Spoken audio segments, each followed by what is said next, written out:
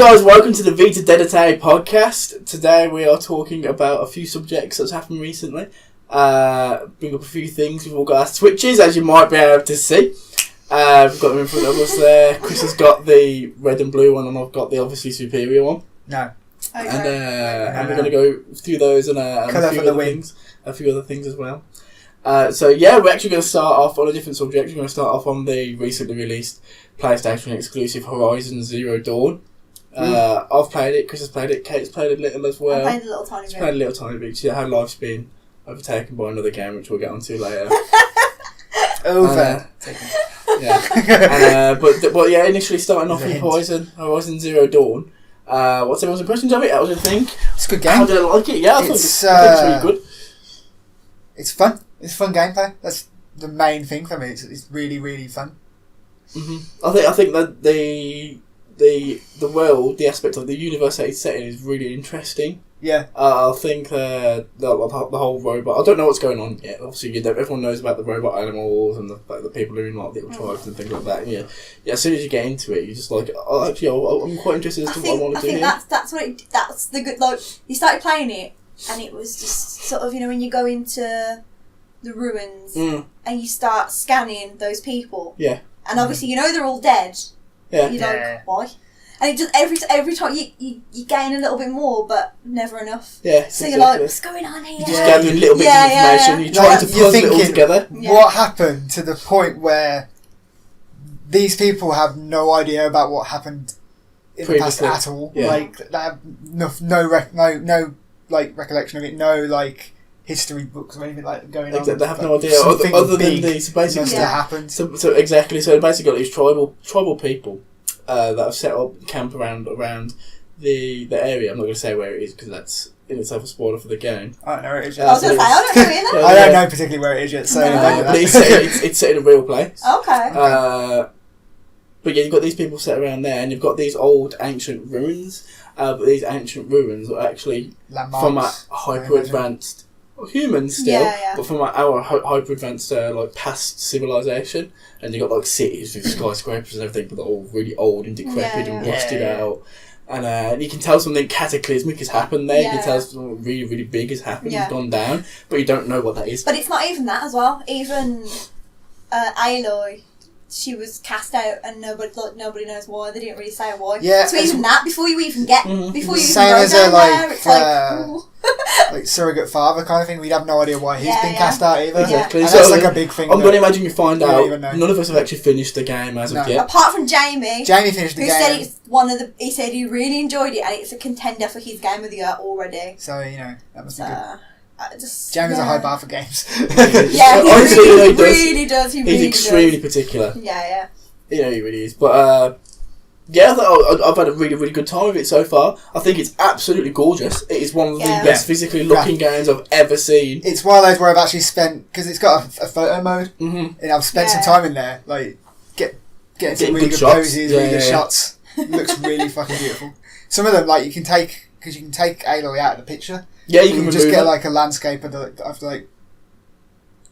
place, and it looks like a photo. At some points, it's great. What's also, I'm not gonna lie, I really like Tomb Raider. I really love the new Tomb Raider reboot. Very similar. So for me, it's very, very similar to Tomb Raider, and there's other little things that I think it's very similar to as well. But again, I like the way in Tomb Raider, Lara didn't start off a badass. She didn't start off knowing how to do all this, and it's the same with Aloy. You watched her train. She didn't just. You got the training montage. You weren't just here's your bow. Oh, you're a killing machine. You actually saw her work for it. Yeah. You see the progression of her going, and you see the reason that she's training. She's not actually training. She's training. You respect the character more when you've seen what you've seen them grow into what they are. But when you just start off as just you're a badass. You're this guy with a gun. You're a badass. Yeah, I mean, that's the generally most games. But not that that's a bad thing because some of my favourite characters are like that. But I like the way with her. First day. He wasn't actually because he was just a normal cop. But don't get me started on Leon. Don't get me talking about Leon. But yeah, she's. What I also like about her, which is going to sound really harsh, and I don't mean this in a nasty way, but I like the way she's normal looking. She's not. No, she's not She's not made out to be some female goddess. She's not like overly sexualized, and she's not like typically the idea. Like she's not just there to be perved on. Like I mean, you think about Lara Croft. Like in some ways, she is sexualized.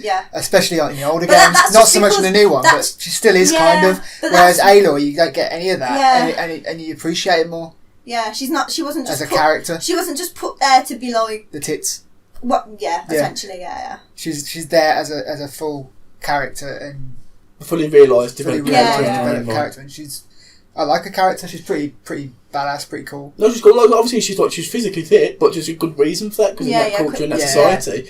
You need to be. You need to be. To fight against these robot dinosaurs, you kind of need to be. Pretty much, yeah. No, it's really good though, and as I say again, the story really, really dragged me in there. Unfortunately, I've not played as much as I'd actually have liked to. But that's because of recent. It's timing. The game's come out at a very, very busy time. Exactly. Yeah, March is great. I love March. March is a good time. So yeah, March has been a fan. This has been a fan. This March, I've actually preferred to like that October, November time last year when the games came out. It's weird. I feel like I'm playing more quality games. Right now. It's weird that they're coming out now compared to because like you used to get it where you needed to get your game out before Christmas, so you can get all the sales at Christmas. Whereas now it's like games are coming out in March. I think now the market has matured and the people that these sorts of games are aimed at are adults. And it's not the sort of thing where parents are buying them for their kids anymore like we did when we were younger. And they still have that market Of course they still have that market. That's why Call of Duty comes out in November. Because that's the game people do. We know that market. But like these are more aimed at a mature audience who are going to spend the money and are going to buy the game knowing it's going to be good. Yeah. And I've seen it coming up, and it's like, okay, you'll still have an upsell of these games at the end of the year when Christmas comes along. But if you want this game, you're going to go and buy it yourself. And I don't think that this game really is aimed at a what's the best way to say it? A younger audience. Yeah, it's not really aimed at that sort of audience. It's not because it's a very it takes itself seriously. Yeah, but that's the thing. Like it's complex, isn't it? And it's not the sort of thing like kids don't have the depth to understand. It's pretty difficult as well. I wouldn't say it's... it gets difficult, doesn't it? No. It's not like super hard. Depends who you are. Come on, even you said to me it gets hard. Yeah, it's not easy. It's not shoot this thing like, several times and it's dead. You've got specific components to aim for. There's a system about it, and you've got to think about what you're doing, as opposed to just shoot it with arrows, fill it with load of arrows, and it's dead.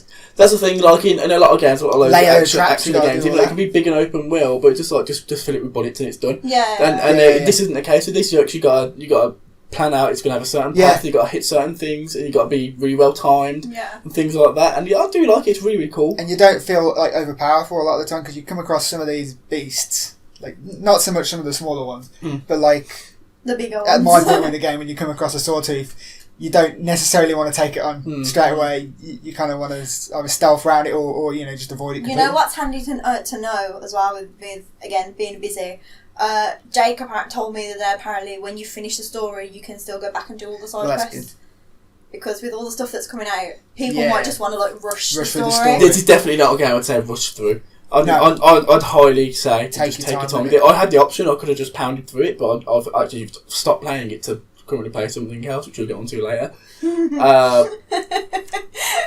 But it's not something I really wanted to rush through. I really wanted to absorb it. I'm taking the time that I need to in order to go through, listen to all the audio logs, read all the audio, read all the books and everything that I need to. That's there. A good half. I realised that I got to a certain point in the game. I was like, I ain't reading any of these. Like the only thing I would rush the story because I would go back and do all the side quests because I do that on a lot of games.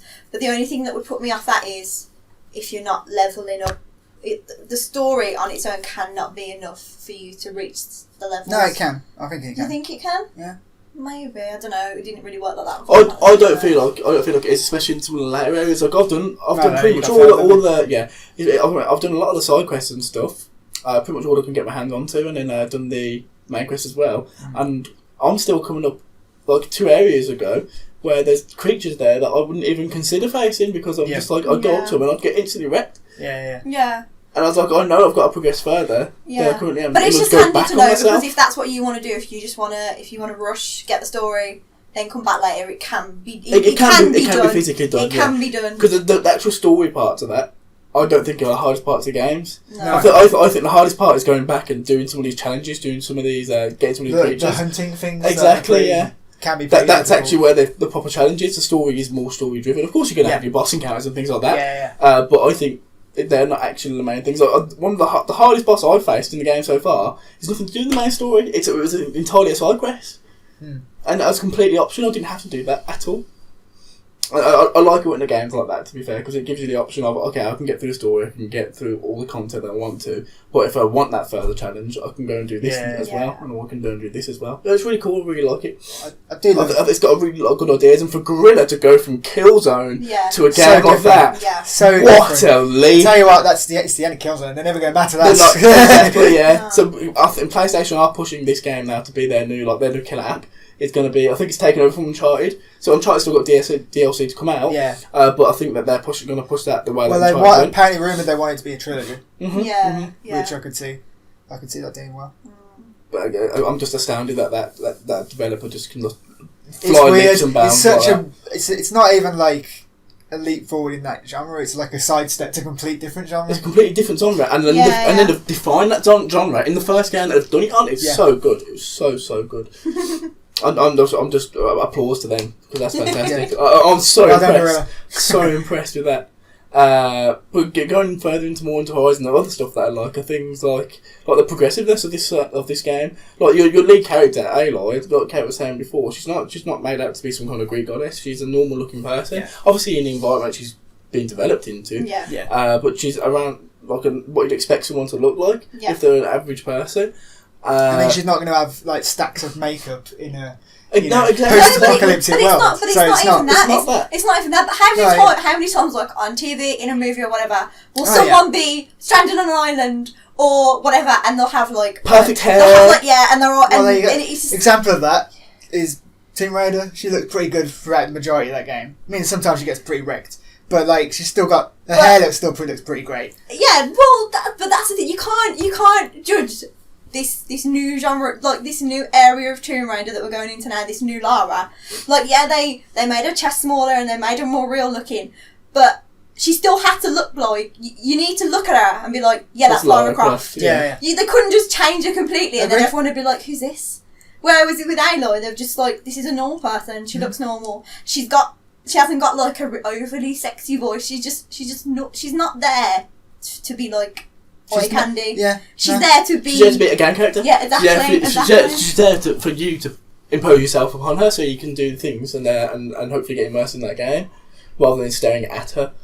Exactly. That's not the point of her. Yeah. But the things that they do in that game around having that female lead and around the culture and the races that are employed in that game, like obviously you can have different tribes and you have tribal wars. There's a lot of different differentiation between different tribes. Exactly. But they have obviously the differences, but these differences aren't on race or gender or anything like that.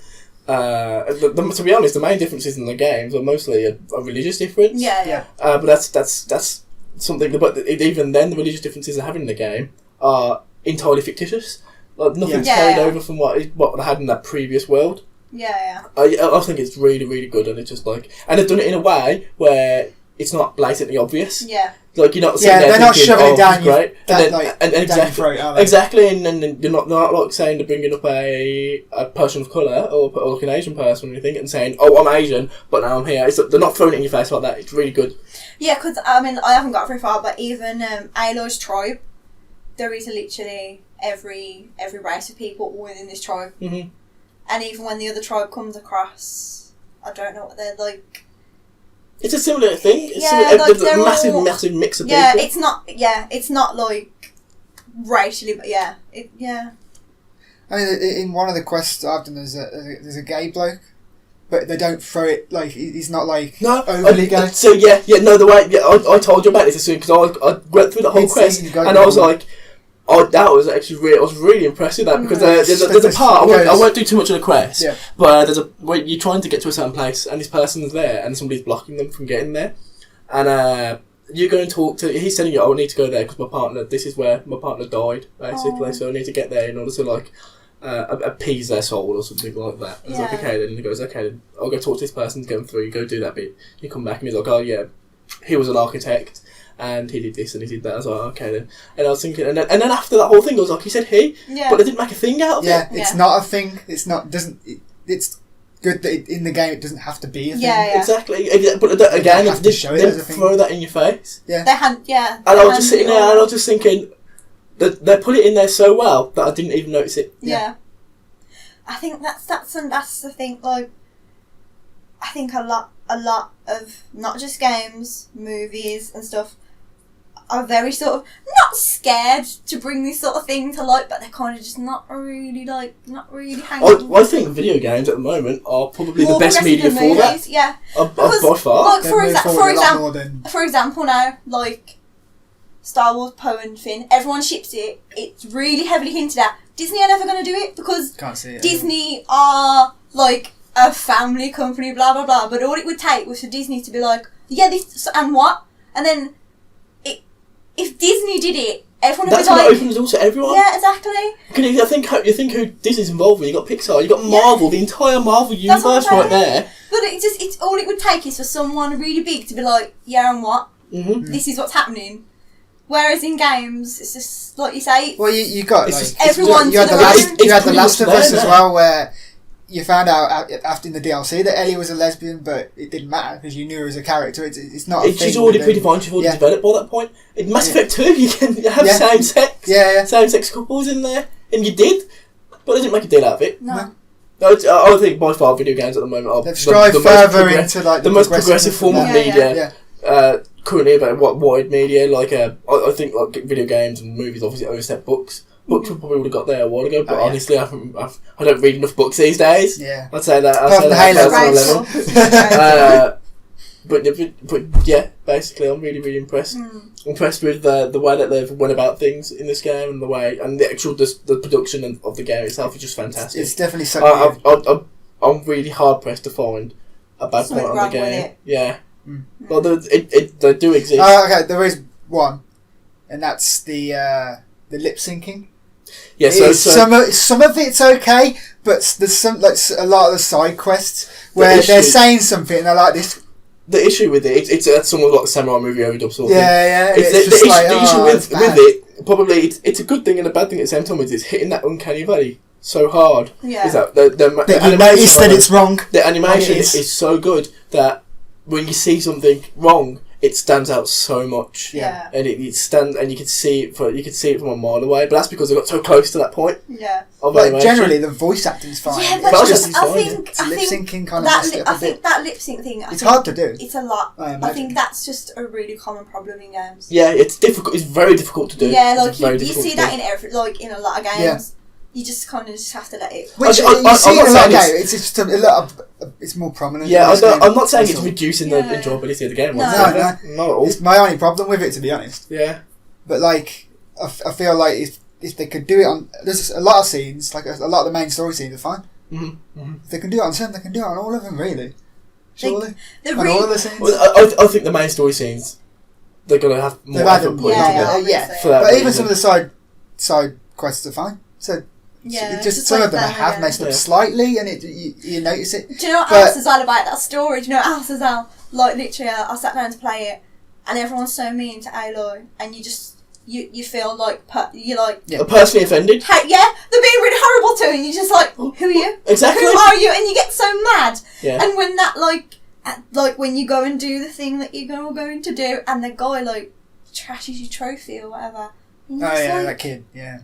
You're like, are you really mad? She's worked so hard for this and you're being so... That's another thing it does really quickly. It really gets you, like...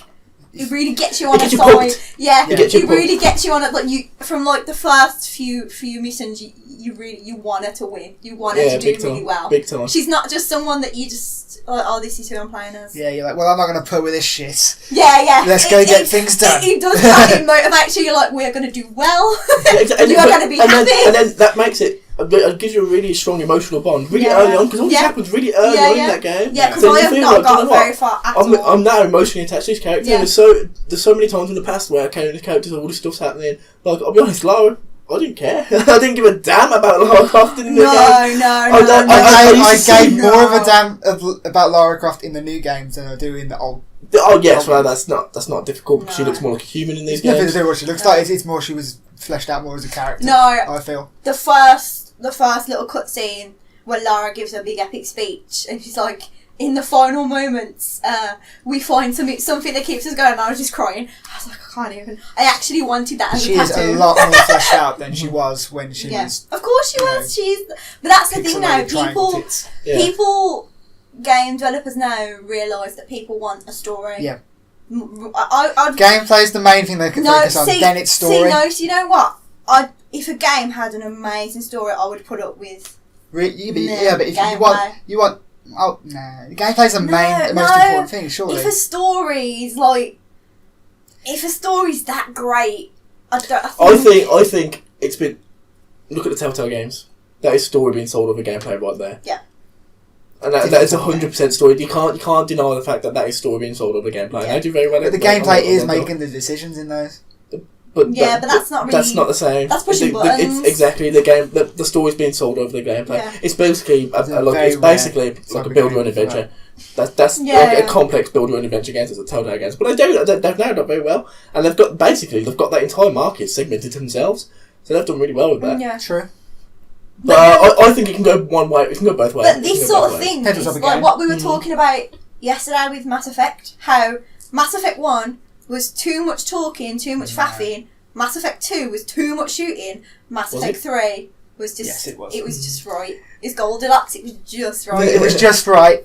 Right into that. But that's apart from that, but that's what I'm saying. It's, you gotta have that balance, but now, when we were young, you wouldn't get a game like this. You wouldn't get a game that's like full on epic, big story, essentially kind of like a movie. You'd just be like, jump across these platforms and side-scrolling platforms, go save the princess. I think when we were young it wasn't possible because, that's what I'm saying, because games weren't thought of as a more mature medium. Whereas now they are, and the companies that realise that it's a more mature audience playing these games are the companies that are really doing well. Yeah. But this is, say, like, our new favourite game ever, Overwatch.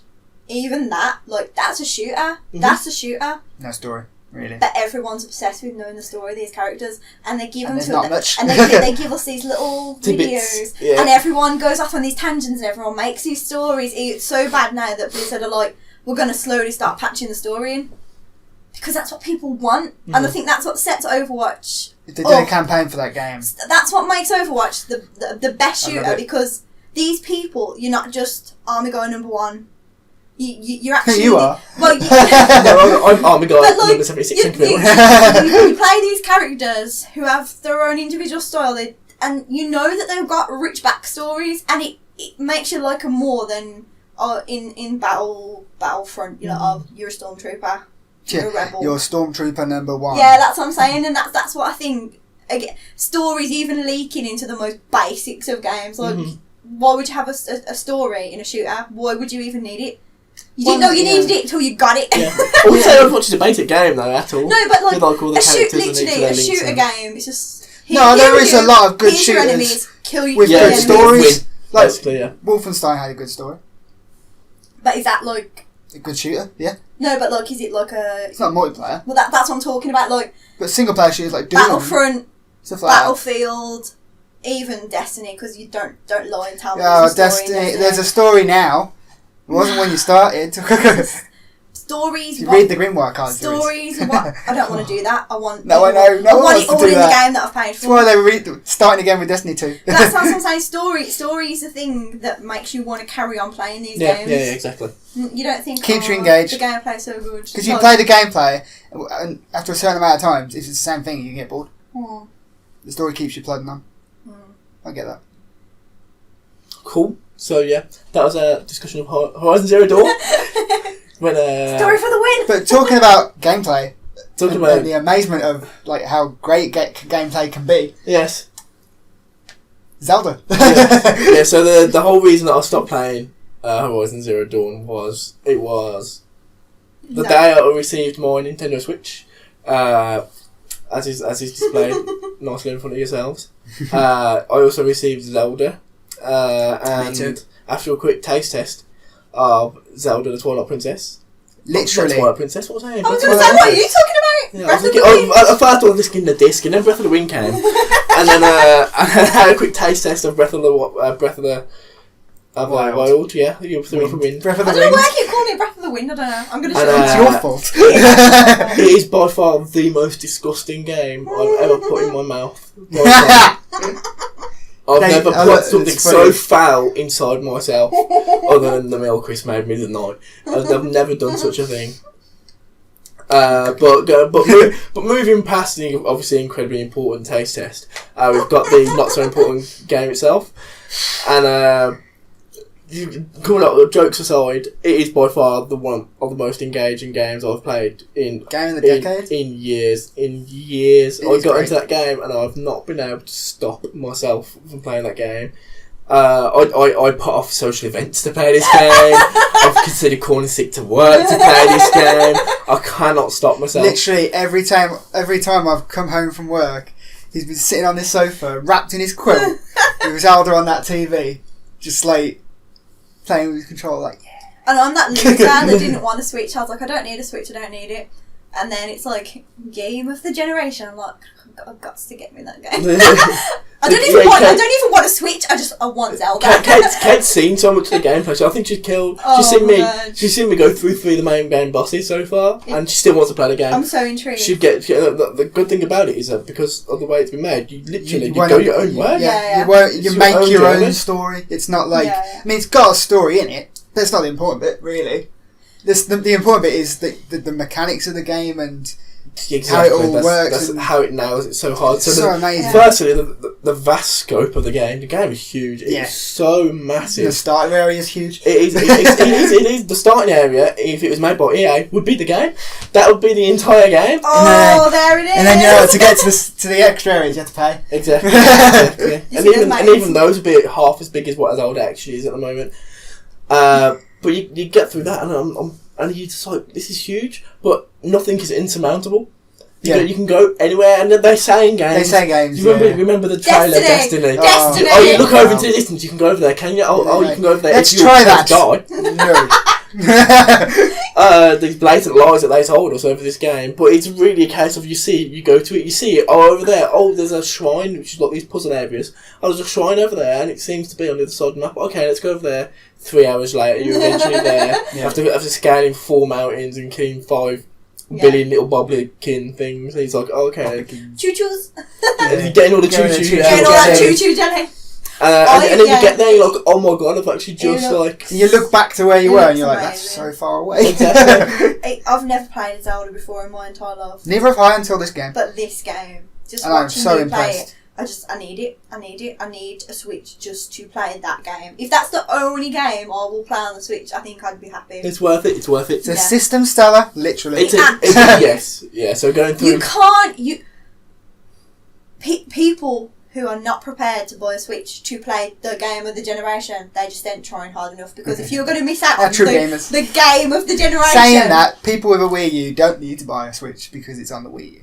Yeah, but who's got one of those for? Not many, so it's okay. Those 3 people, you can play it on your Wii U. Yeah, enjoy that. Can we take a moment to talk about the best part of the game? Our Lord and Saviour. The Maraca Man. The Maraca Man. Miss Hestu. Good old Hestu's a bae. Hestu is the best thing, apart from the fish people, because I do like the fish people. What about the little thing that give you the Koroks? The Koroks? They're so cute. They're which little, I think is their poop still. They're like little, sort of like, they're like tree branches with different leaves on their face, aren't they? Mm-hmm. And they give you the seeds for Maraca Man. Yeah. It's perfect. And he's there and he does a little dance and he expands your inventory by 1 slot. It's just amazing. We're not really the same in the game. I talk about giving seeds. That's the best part. I'm sorry. I'll be hard pressed to find what I like about it is you can do all this stuff and it's light-hearted, it's funny and it's entertaining. Yeah. But the game is so goddamn hard. And that game, so deep this is not a child's game. No. And I think this is like a staple like a negative one that Nintendo's developed over the years. Is that they've got a made for children, a made children's game. I'm not saying they don't. There are children's games on Nintendo, But Zelda is not a child's game. It really does remind me more of like Dark Souls or something like that. Yeah, I took a lot from that. Very unforgiving. You can get enemies that will kill you. Zelda's very niche, though, isn't it? It's very like cult Zelda. It's hard to say that when it's done so well. But yeah, no, I know that. But like, it's more like people who like Zelda a lot. Yeah, that's what I'm saying. It's not. I mean, I've apart from you, I don't know anyone else that plays it. But I would say I'd say Mario's for children, but I don't. I mean, I've never played one before, but I would never say Zelda's for that older generation. Yeah, I would never. I'd never look at Zelda and be like, "That's for children." But where Mario's straight up for kids. Like, so I think. But you love it so much. You know what? No, but that's the thing because. I've been kid at heart. Yeah, that's why it still sells well because Mario's for kids. And we were the kids that grew up on it. Yeah. So now we're adults, we're like, oh yeah, but kids nowadays still be like, oh, that's Mario, yeah, let's have that. Whereas Zelda, I don't really... It doesn't have, it's obviously not, it doesn't have that following that Mario would have. Like, Mario is just a video game. I'd say now, if you had to name one video game character, it's Mario. I wouldn't say if you went to I wouldn't say if you went to your mum, like our mum, what's the best game on a Nintendo? Everyone's mum's gonna be like, Mario, yeah. Whereas as Zelda, name his video game characters. The first one's always going to be Mario. Yeah. But that's the thing. Like, everyone says, "Oh, Nintendo makes games for children," but like you say, Zelda's one of the. It's super hard. It's really, really difficult. Yeah, I've never played a game where I had to think so much. Mm-hmm. So those shrines. So the game contains, it's so ridiculous. It contains these shrine areas, and you go to the shrine, and if you pass a shrine, you grab a heart orb, a soul orb, and if you get 4 of these soul orbs, you get an extra heart container, so you get an extra blip of health, basically. Yeah. And these shrines range from very basic physics-based puzzles, or stamina, you can choose stamina as well, very basic physics-based puzzles or combat trials, to really complex things, which you'll be in there for a while thinking, how the hell is this actually going to work? You say that though, some of them are complex, but some of them you overthink it. Yeah. Some of them you're your own worst enemy, yeah. Because you think, this can't be possible in the game. You can't do this. And then you find out you can. Yeah. And you're like, that's amazing. I think that's done with a lot of games. I think, like, the Lego games, like, I remember me and Jake getting stuck on Lego games, and it was literally because, essentially, Lego games are made for children, but because you're an adult, you're literally overthinking it, thinking it must be 10 times more complicated, and then when you actually strip it back, you're like, yeah, these games are made for children. Yeah. But again, Zelda's not made for children, so you got to get good at it. Exactly, you got to get good. That's it. And what I like about it as well is it's the first one with voice acting. Does Link doesn't speak? Does he? Link's not said a word. Does Zelda sound like what you imagine her to sound like? Yes, the Zelda that's in this game. Yeah. So there are other Zeldas in other games, which it's different. They're different. Okay. They're portrayed differently. Okay. And they're gonna, in your head they sound different, but in this Zelda, in this game, she sounds how I'd expect it to sound. Do you think they needed the voice acting? Because I don't think they did. I don't think they needed it. I think it definitely adds to it. I think it's not a negative feature. It's not. I think if they did voice acting, I think it's because it's only for certain bits. Yeah, it's That's not. There's not much. Me slightly. Yeah. Because it's like not really because they're there. They put it in those parts because it's significant, and they want you to know that it's significant. But it's just like. It's used. I would have been fine with them still continuously using the thing where they go, oh, no, but they use emphasis on these situations. You know what? You've never expected, like, Final Fantasy VIII, favourite Final Fantasy. No one speaks in Final Fantasy VIII. I'm fine with that. No, but that's the thing. But like in your head, you imagine how you think everyone would speak, and then when you get to like Kingdom Hearts and they confirm Squall for Kingdom Hearts, and you're like, you're finally going to get to hear what he sounds like. And it's nothing like what you thought he was. No, it was basically. But that's like the thrill. You're like, you're going to get to hear what these characters that you played for so long, you're finally going to get to hear. But I'd say what they sound like. Well, do we know how long this game is yet?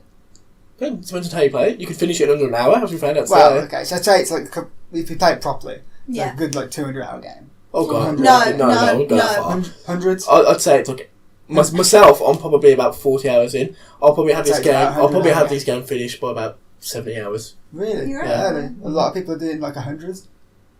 I won't fit you that close to the end. I think it'd be difficult for people to have done 100 hours already, being as a game's been out a week. So we'll have to. There's no sleep. Yeah, but people have had it early. People have had it early, is what I'm saying. Yeah, no, this is true. I can see how it's easily a 100-hour game. I can see that, definitely. But even still, like what I'm saying is, like, I'd say the voice acting in that is in like 1 to 2% of that game. Yeah, and I don't feel it's needed. It's there. I'm not complaining about it. Do you know what? But I wouldn't mind it not. You know what though, like when you get a cutscene with like a new character with like one of the bird people or the fish people or whatever, and you get that one cutscene of how they sound, and then from then on, whenever you read what they're saying, you're going to hear it in their voice. I'm fine with their little noises. I don't know. Maybe it's just a personal thing. I'm happy with the little noises. No, I like having these. I love the little noises. They're so fun. Yeah, you still get them. But I like the main king was just like hoo hoo hoo. Yeah. That's an owl. It was cool. But you get. In case you didn't know what an owl sounded like. Yeah, exactly. Literally.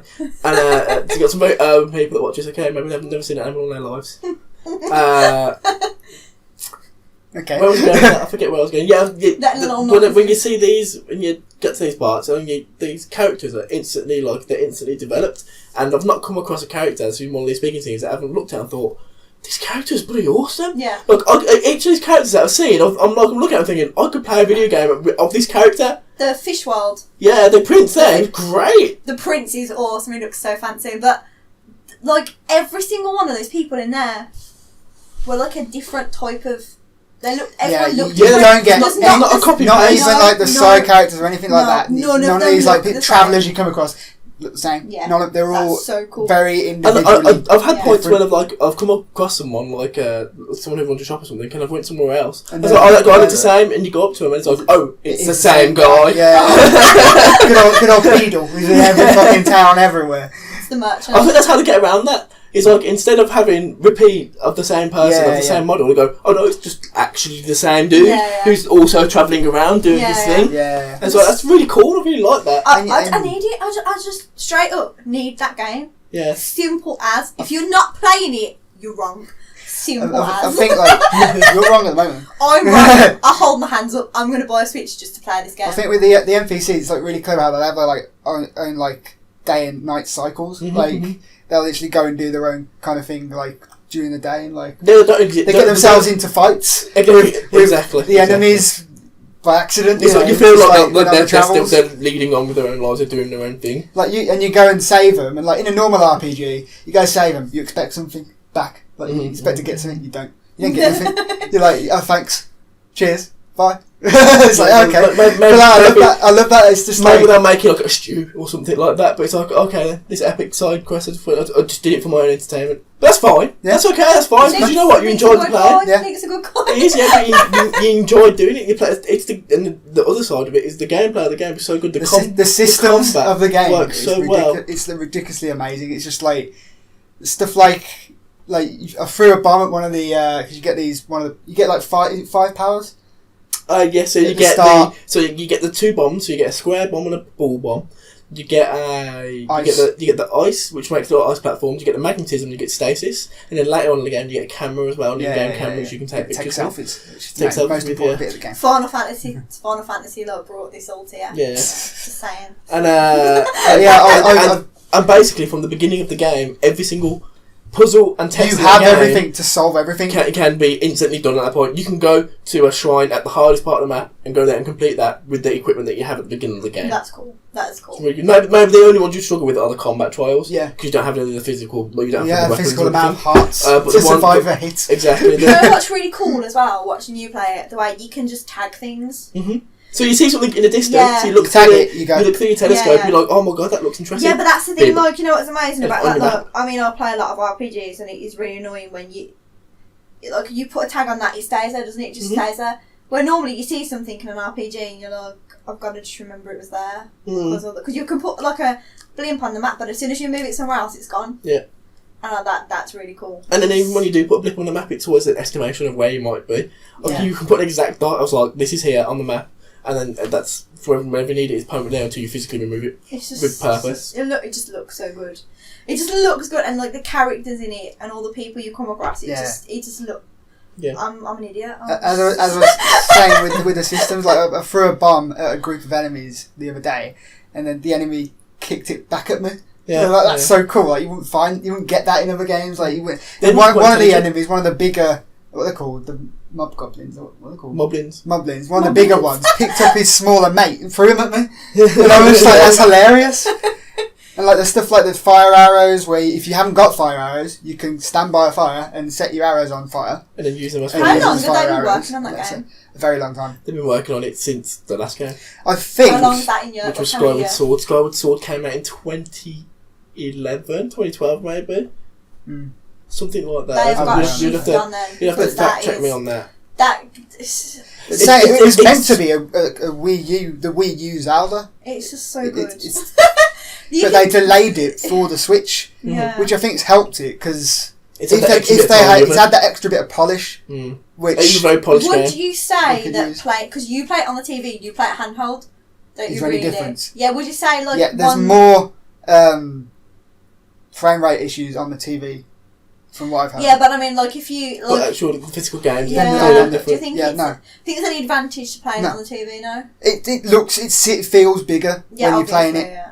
Like you feel like because when you're it's staring at a small screen, the world doesn't feel as big. But when you play on a big TV, you feel like you're playing a portable game because it's so small. But you know that it still does exact same. Doesn't really take anything away from the game playing on a portable though. Like I prefer playing it on portable. Yeah. But that's just my preference. But I mean, you prefer playing it on the TV. Yeah, but even if you play it on portable, it's fine. I have no problem with playing it portable. It's the same game. It doesn't look any worse. I've played hours with it in portable. It's fine, and like I said, it works just as well. Yeah, that's cool.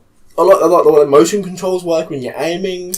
I think that makes it. You don't like it, but I find it more accurate. I find if they're going to use motion controls, turn off the stick thing, because you go automatically use a stick. But when you're trying to use, and then if you move your controller while you're using the stick, it messes up your aim. Yeah, that's the only thing for me. You can do that if you want to. You can turn it off. You can turn it off in the options. Meaning to, but I just find it. I'm trying to get used to using the. It seems more natural to just do that and go bam, it's just done. Yeah. You don't have to worry about it. But every part of that game, I've got to it, and the game feels magical. Yeah. And it's wondrous. Yeah, and you've got a real sense of adventure when you're going to do something. It's like, oh my god, what's that over there? And it seems like it looks strange in the distance. I'm going to go over there and have a look. The different races of people as well are so cool, because they could have easily gone with generic owls, dwarves, orcs, but they didn't. And it's so good. Every time I see things, I'm like, wow, that's cool. it just look, there's so many times I've gone over the horizon and saw an enemy, or saw a city or something, whoa, that's cool. Yeah. And it's a very stylized game. It's not comparing it to Horizon. Horizon is obviously it's a better, graphically speaking. There's more going on in Horizon. Yeah. But Zelda has because it has these big wide open plains and you can see the mountains in the distance and everything like that, and it feels that the sense of scale is still there. Yeah. If anything, it seems more there's more scale to it than there would be something like Horizon. Yeah, I'd say it feels bigger. It feels bigger. It does, and you do get some glorious moments where the game just looks fantastic. Yeah, like the fact that you can cut grass with your. It's stuff like that. It's things like that. It's like it doesn't. It's not like the most graphically intensive thing in the world, but you know what? It adds a lot. It adds an awful lot, and it just takes that extra little bit of thinking. What would actually make this feel better? Yeah. And they've absolutely nailed it in every respect on this game. It's so good. It's so enjoyable to play. All the puzzles are really fun as well. They are, yeah. And there's only one that bothered me slightly. What one? And that was probably the one that bothered you slightly as well. Oh, with the ball around. Because I knew what I was doing. But it was just because, the way you were, the depth perception of the... Because you had to flick the ball up and get it on the other side. You feel like you've got it right, it's level, and it's just flicked sideways. Have you done the one with where you're basically playing Crazy Golf? No. There's one where you're playing Crazy Golf, you're in control of the bat with the motion controls, and you've got to swing it and hit the ball, and make it go woo, and get it into the hole. You can't. It's so much fun. Can you do those without motion controls? Do that one. What? Can you do those without motion controls? I doubt use the trigger? I doubt it. To move the thing. I think from the sounds of it, Chris, you just seem to struggle with motion controls. Yeah, but you know what? It's what you used to. You've been playing on the TV, and it's fine for you. I'm lying there playing a fucking thing, and it goes by the starting position of this. Yeah. Mm-hmm. So I can't sit up and try it again. Yeah. I know what you're saying. It depends on where you start. Yeah, exactly. And if you start at that angle, that's your flat angle. Yeah. And it's you feel like that should be But it's just that's why it's difficult for portable mode, because I haven't done any of the motion control stuff on the TV, so it might be different. And you are playing with a pro controller. I am playing with the Pro Controller. I've got a Pro Controller on the table there. It's a lot easier. Yeah. You've actually got something to properly grip, whereas it's like you can grip. You're physically moving the thing that you're trying to watch as well. Yeah. I can imagine that being an issue, but like, there's minor quibbles to an overall. Yeah, no, it's fantastic. Amazing game. Fantastic game. Definitely. And what I'd like to bring it back to, like we was talking about earlier, is gameplay on a game like this. It doesn't need bells and whistles. It doesn't need the most ultra powerful hardware in the world. This is basically playing on a tablet, which is a fraction as powerful as like a PS4 Pro, for example. But you feel like you're getting so much more out of it. I feel like the systems and the things in place are more complex and work better than they do in Horizon. Things like that, and it just and then everything's more intuitive. You know what though? There's this like, I hate the way they classify RPGs because Horizon's not an RPG. And yes, it is. It's not though, because you can't say that it's an RPG in the way Zelda is, because Horizon, it's like, if it's on the map, you can go do it. Like, it's very small. RPGs are very Zelda, broad. That's what I'm saying. I don't like how they lumber all these things together, where literally Horizon's not really. I wouldn't say it's RPG. It's an action RPG. Where Zelda that's become its kind of own little niche. Yeah. At the moment, the action RPGs become its own separate genre, as opposed to a proper. Like you were saying, like I asked you, when I started playing it, I was like, if the side quests to be done, will they appear on the map? Oh no! Can I only go over there? Like, will they appear on the map on Horizon, or will I have to see the person first? They appear on the map on the Horizon. That's what I'm saying. That's what I'm saying. They appear on the map on Zelda. You can't compare them. You literally can't, because Horizon, it's going to hold your hand. It's going to be like, this is what you got to do. Horizon's a checklist of you go do this, you go do this, you go do this. Zelda, if you don't see it, you ain't doing it. If you've got to remember what they say, and like in Horizon, something could happen and it'll set you away what to exactly where you're going to go. And then, but in Zelda, you'll go speak to someone and they'll go, oh, they're on this mountain over there. There's a thing over there. And I'm not entirely sure about it. And then you're just like, oh. Okay then. I guess I'm gonna go find a mountain over there somewhere and see what's going on. You don't get told exactly where stuff is. Yeah. You have to. It's all based on contextual information. Yeah. And if you actually, I've had points. Is there like a percentage or whatever, so you will know when you have finished the game? Nothing like that. Nothing like that. Okay. Is it not? Nope. There's not a percentage value. But there's no way to know if you've done everything. No, I reckon it's going to be one of those things not unless from what Zelda, what Nintendo tells you. 5-6 years down the line, people are still finding new things in that game. Maybe. Look, when you've done a quest and you completed it, you get a completed quest log. Yeah, well, no, but I hardly look at that quest log. I don't. Really don't. No one ever looks. You don't need to know those. You don't need to know. But like in a game like Horizon, like, not taking anything away from it, but it is a checklist where you got to go do this quest, got to go do this quest, got to go do this quest. I'm not saying it's bad. It's not a bad just thing. A different kind of game. It's a different that's what I'm saying. style of doing it. You can't compare them because they're not the same. Mm-hmm. They're not the same. It's a different style of RPG. Yeah, definitely.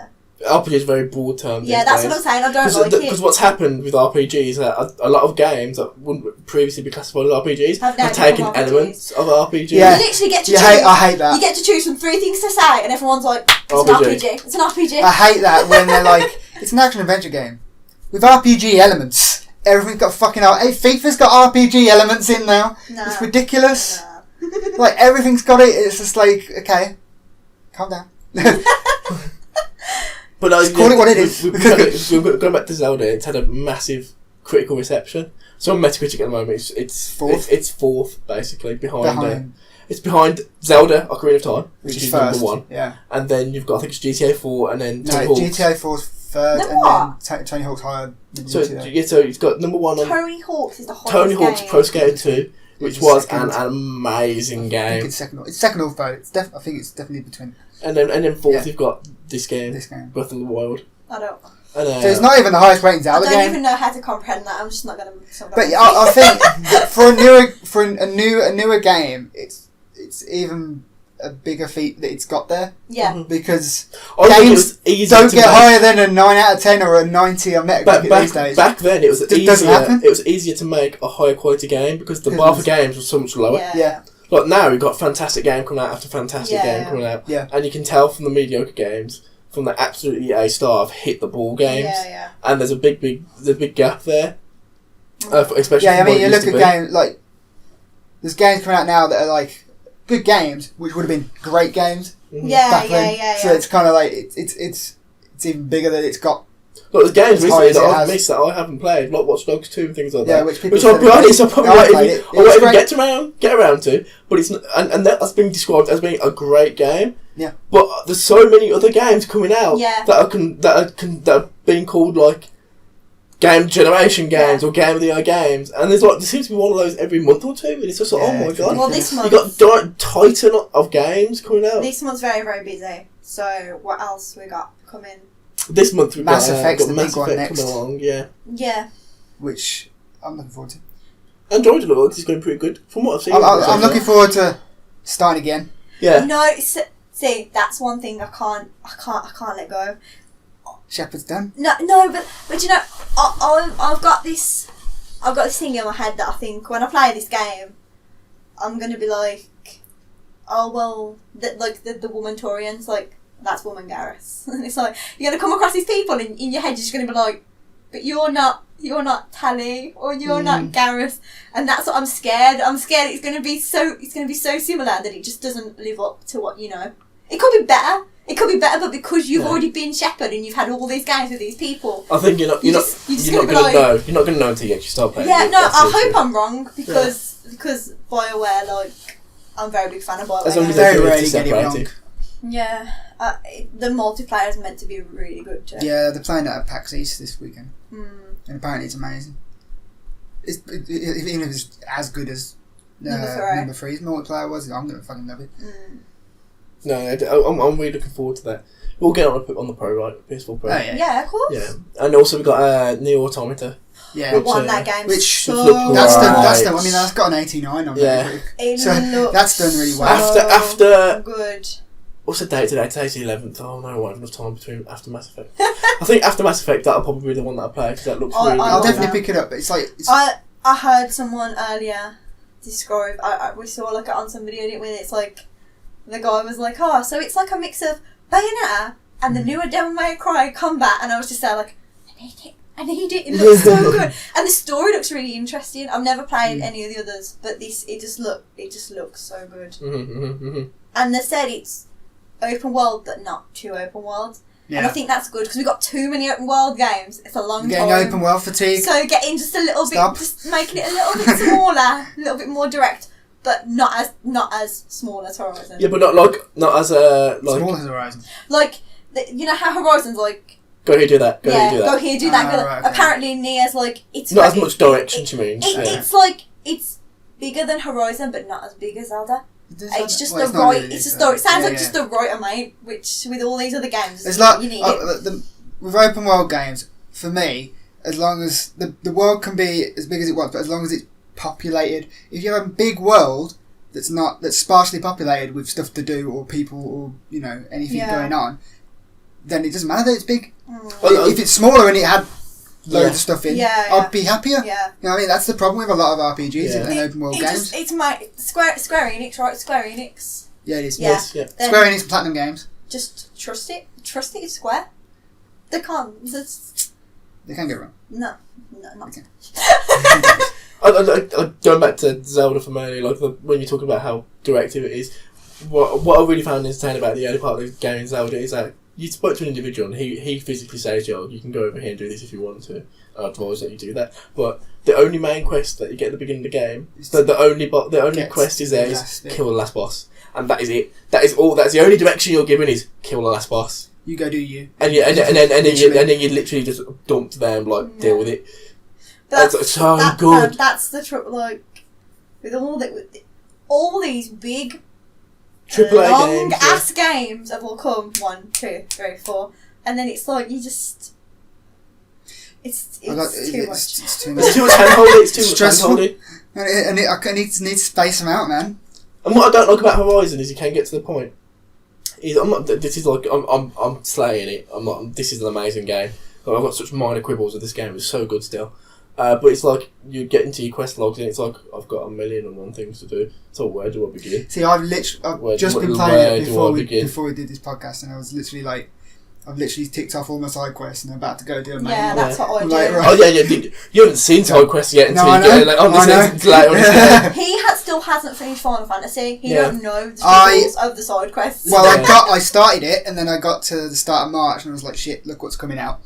I'm going to delay this until afterwards, into the summer, when there's not much coming out. Talking of Final Fantasy, episode, what they call it, episode Gladio. Yeah. 15-minute demo at PAX. It looks very good. Have you played? I haven't played. You've seen it. I am here with you, Chris, so I have not been to PAX. Magically I teleported didn't to sneak PAX. out while you were upstairs playing Horizon, but it looks good, and it makes. After watching this 15-minute clip, I kind of get it. Because when he just disappears, it's like I'm going for a bit in the game. You just kind of like, well, why? So yeah. But you watch this and you just like, I get it now. I understand. Makes sense. Why you've done what you've done. Yeah, it looks good.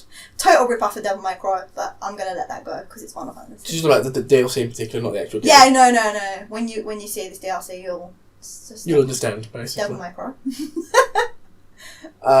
So that's apparently Nier Automata. That's great. We haven't played it, so we can't. Yeah, played the demo. I haven't played the actual game. I played but it's also up on the channel. I've heard someone on one of the Square Enix groups I'm in on Facebook have said that the demo does not do this game justice. The demo was fucking great though. But that's what she said, that it's nothing compared to the actual game. Yeah, that makes sense. It looks so good. That's good. That's a good sign. Mm-hmm. Cool, brilliant. I just want to sort of talk quickly about the Xbox Scorpio. A little bit more information came around just about it being specs and how it's being positioned in the market. It's going to be most likely announced at this year's E3 to be released. Well, it's already been announced. It's it's going to be release dates. Exactly. What it looks like. You're going to know. It's already got a picture of the about. inside of it so far. Exactly. Even that's a render. That's not even the picture. But then the thing's going to come along and it's going to be released at the end of this year in holiday apparently. So we'll see what comes of that. But the way that they're positioning it, they seem to be positioning it, and there's a lot of press around it. They're shouting about this thing a lot. I think it's because of the way the Xbox One hasn't at all competed with the PlayStation sales whatsoever. Being as we've heard any sales numbers from Microsoft themselves. Okay. It's like when the Xbox 360 was around, they wouldn't shut up about how many that thing was selling, and they've been absolutely closed mouth since Xbox One came along. It's kind of the eating their own words a little bit there. But you know what though? When the Xbox 360 launched, they had some really good exclusives. Oh yeah, I'm not saying it didn't. No, but that's what sold it. That's what they've got now. I had a PlayStation 3 Mm-hmm. on order. I had one on order, and then Capcom came out and was like, "So Devil May Cry 4 is going to be an Xbox 360 exclusive," and I was like, "Yeah, cancel my pre-order. I'm having an Xbox 360." Whereas on Xbox One, what have they got? What have they got that's not Halo? Look, I'll be honest. These last couple of Halos do not compare to previous Halos. They're not as good. And Corey knows he's They're Halo. not as good. Xbox One, literally the show everyone your Master Chief picture. Big main. The big main franchises that Xbox One have are Halo and Gears, and that's it. Like Gears, we've been playing and we're interested in it. It's good, it's fun. But it ain't Zelda, and it is definitely not Horizon Zero Dawn, and that's meant to be their heaviest hitter at the moment. That's the thing with Xbox, they do the shooty games, you know what I mean? Like the big shooty games. You know, they do the Dude Bro games. Yeah, do you know, I was just going to say that, just the fact that they're calling this new console the Scorpio, it's like, it's proper cheesy branding for PlayStation for like teenage boys. Was Neo, it's like you might as well like stick a monster sticker on it, like come and play our shooting console. Some Doritos on the go. Now Jew. Yeah, that's what I'm saying. Microsoft aims at like an immature market, I would say. Immature, whereas casual. PlayStation 4 is more like hardcore gamer. Yeah. I think that's from the inception of both the consoles. That's the image that PlayStation going with. Yeah. Because looking back then, like the market was leading more towards media consumption rather than just game consumption. Yeah. But then PlayStation betted on, do you know what, just the gamers. Yeah. We'll just concentrate on the game, we capture what we're here for, and it won, and it paid out for them so big time that they're loving it. The only reason Xbox One has failed is because of that one bad mistake they made, and they have not been out. They've struggled to recover from that. As much as they have recovered a significant amount since Phil Spencer took in charge, and he's actually done a decent job of kind of turning the ship around. He can't fix it now. The trouble with this is, it's literally, it's. If people look at the Xbox and look at the PlayStation and they're like, oh well, I'm gonna have a PlayStation. That's it. It's game over. because it's game over for Xbox, because you're not going to go and buy a £350 PlayStation and then think, oh, you know what, I have an Xbox as well. You're just not going to do it. Nobody does that. That's what I'm saying. So the minute the Xbox... Who does that? Who buys more than one console?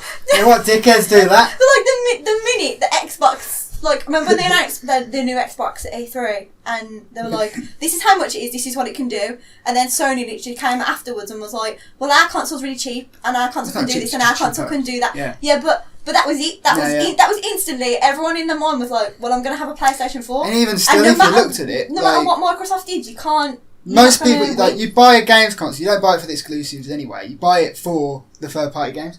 Yeah. And then... But then, you look at it, they've both got the same third-party games, but then you got...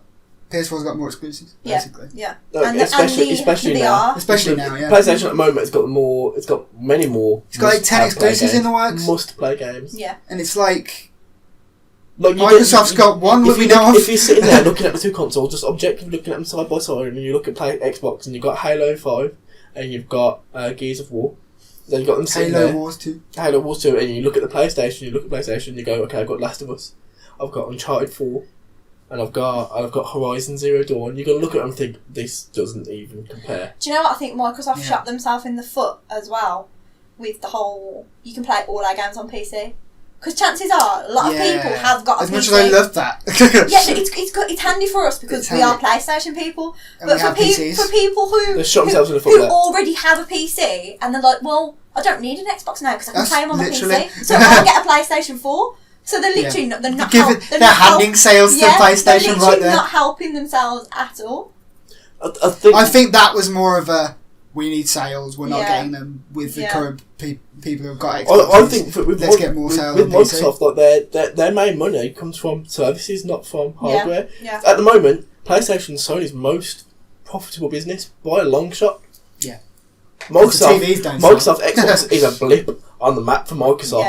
Yeah. And they get much more money from services. And if more people buy Windows to play games on Windows, they're actually making more money on that than they are on an Xbox. They need to come out, with the Scorpio, and they need to wow everyone though. Yeah, so with the Scorpio, this is the discussion that I wanted to get into. Failure, so I wouldn't say it's a failure because it's still sold very well. Well, it's not. No, it's not a failure, but it's in comparison, it looks bad. It lost the console war. Yeah, and it's not going to gain it back. And the discussion with the thing that they're doing with the Xbox Scorpio that I want to go into is so the Xbox Scorpio, the way they're positioning it is a lot of people are giving it a shout about being the next generation of console, but they seem to be positioning it, and what it's most likely going to come out as is their version of the PlayStation 4 Pro. I don't think it will be. I think it will be the new console. I think they originally was going to bring it out as the new PlayStation Pro for Xbox, but after the PlayStation Pro came out, and it's alright, but it's alright. It's okay. But I think they realised that there's not that big a market for that, and they want to get ahead in the next console generation. So,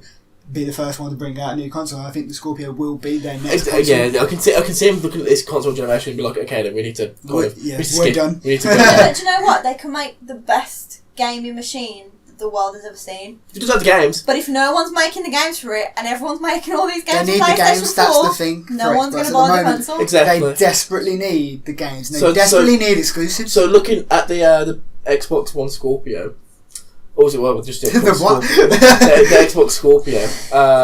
When it comes out, it's obviously going to have higher specifications. It's going to have the highest specifications in the PS4 Pro. Xbox One 360. Dude. Scorpio dude, bro. So, exactly. Doritos, sponsored by Doritos. Yeah. And Mountain Dew. Trademark. PlayStation now. It's not PlayStation exclusive. No, it's got more towards PlayStation. All its exclusive stuff that it has, like DLC and stuff. Early DLC to PlayStation. So what people are saying around the Scorpio at the moment is that they're going to obviously be bringing similar, because I'm not going to dump PlayStation in the water. They're going to bring out the same games on PlayStation still, and they're still going to bring it out on the Xbox One. They've said previously that the games are still going to support both the consoles, similar to PS4 and PS4 Pro. How much further do they need to go specifications wise, so pushing it to 4K and everything like that, before it doesn't really matter anymore? Yeah. So I'm looking at Horizon Zero Dawn, and this is great. I can't see the added benefit of it physically looking any better. Look at Zelda again. That is the best game that I've played in a very long time, as I've previously said. I wouldn't think I'd feel any different about that if it was in 4K, for example. Have we got to the point with graphics where...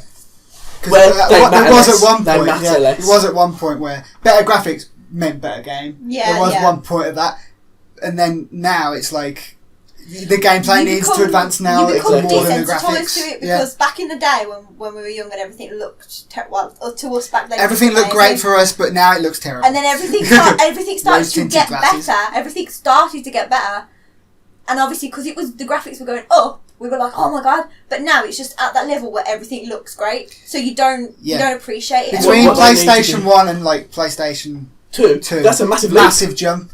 But now it's tiny jumps. Yeah, it's like there's only so much they can do to make it better graphically. So they've got to move on to something. Exactly, they can say, "Oh, I'm going to have light bounce around in this particular manner," and it's like, okay, then that looks a tiny bit prettier. But what is that changing? Yeah, what are you doing new? It's becoming like nearly, almost looking like a photo.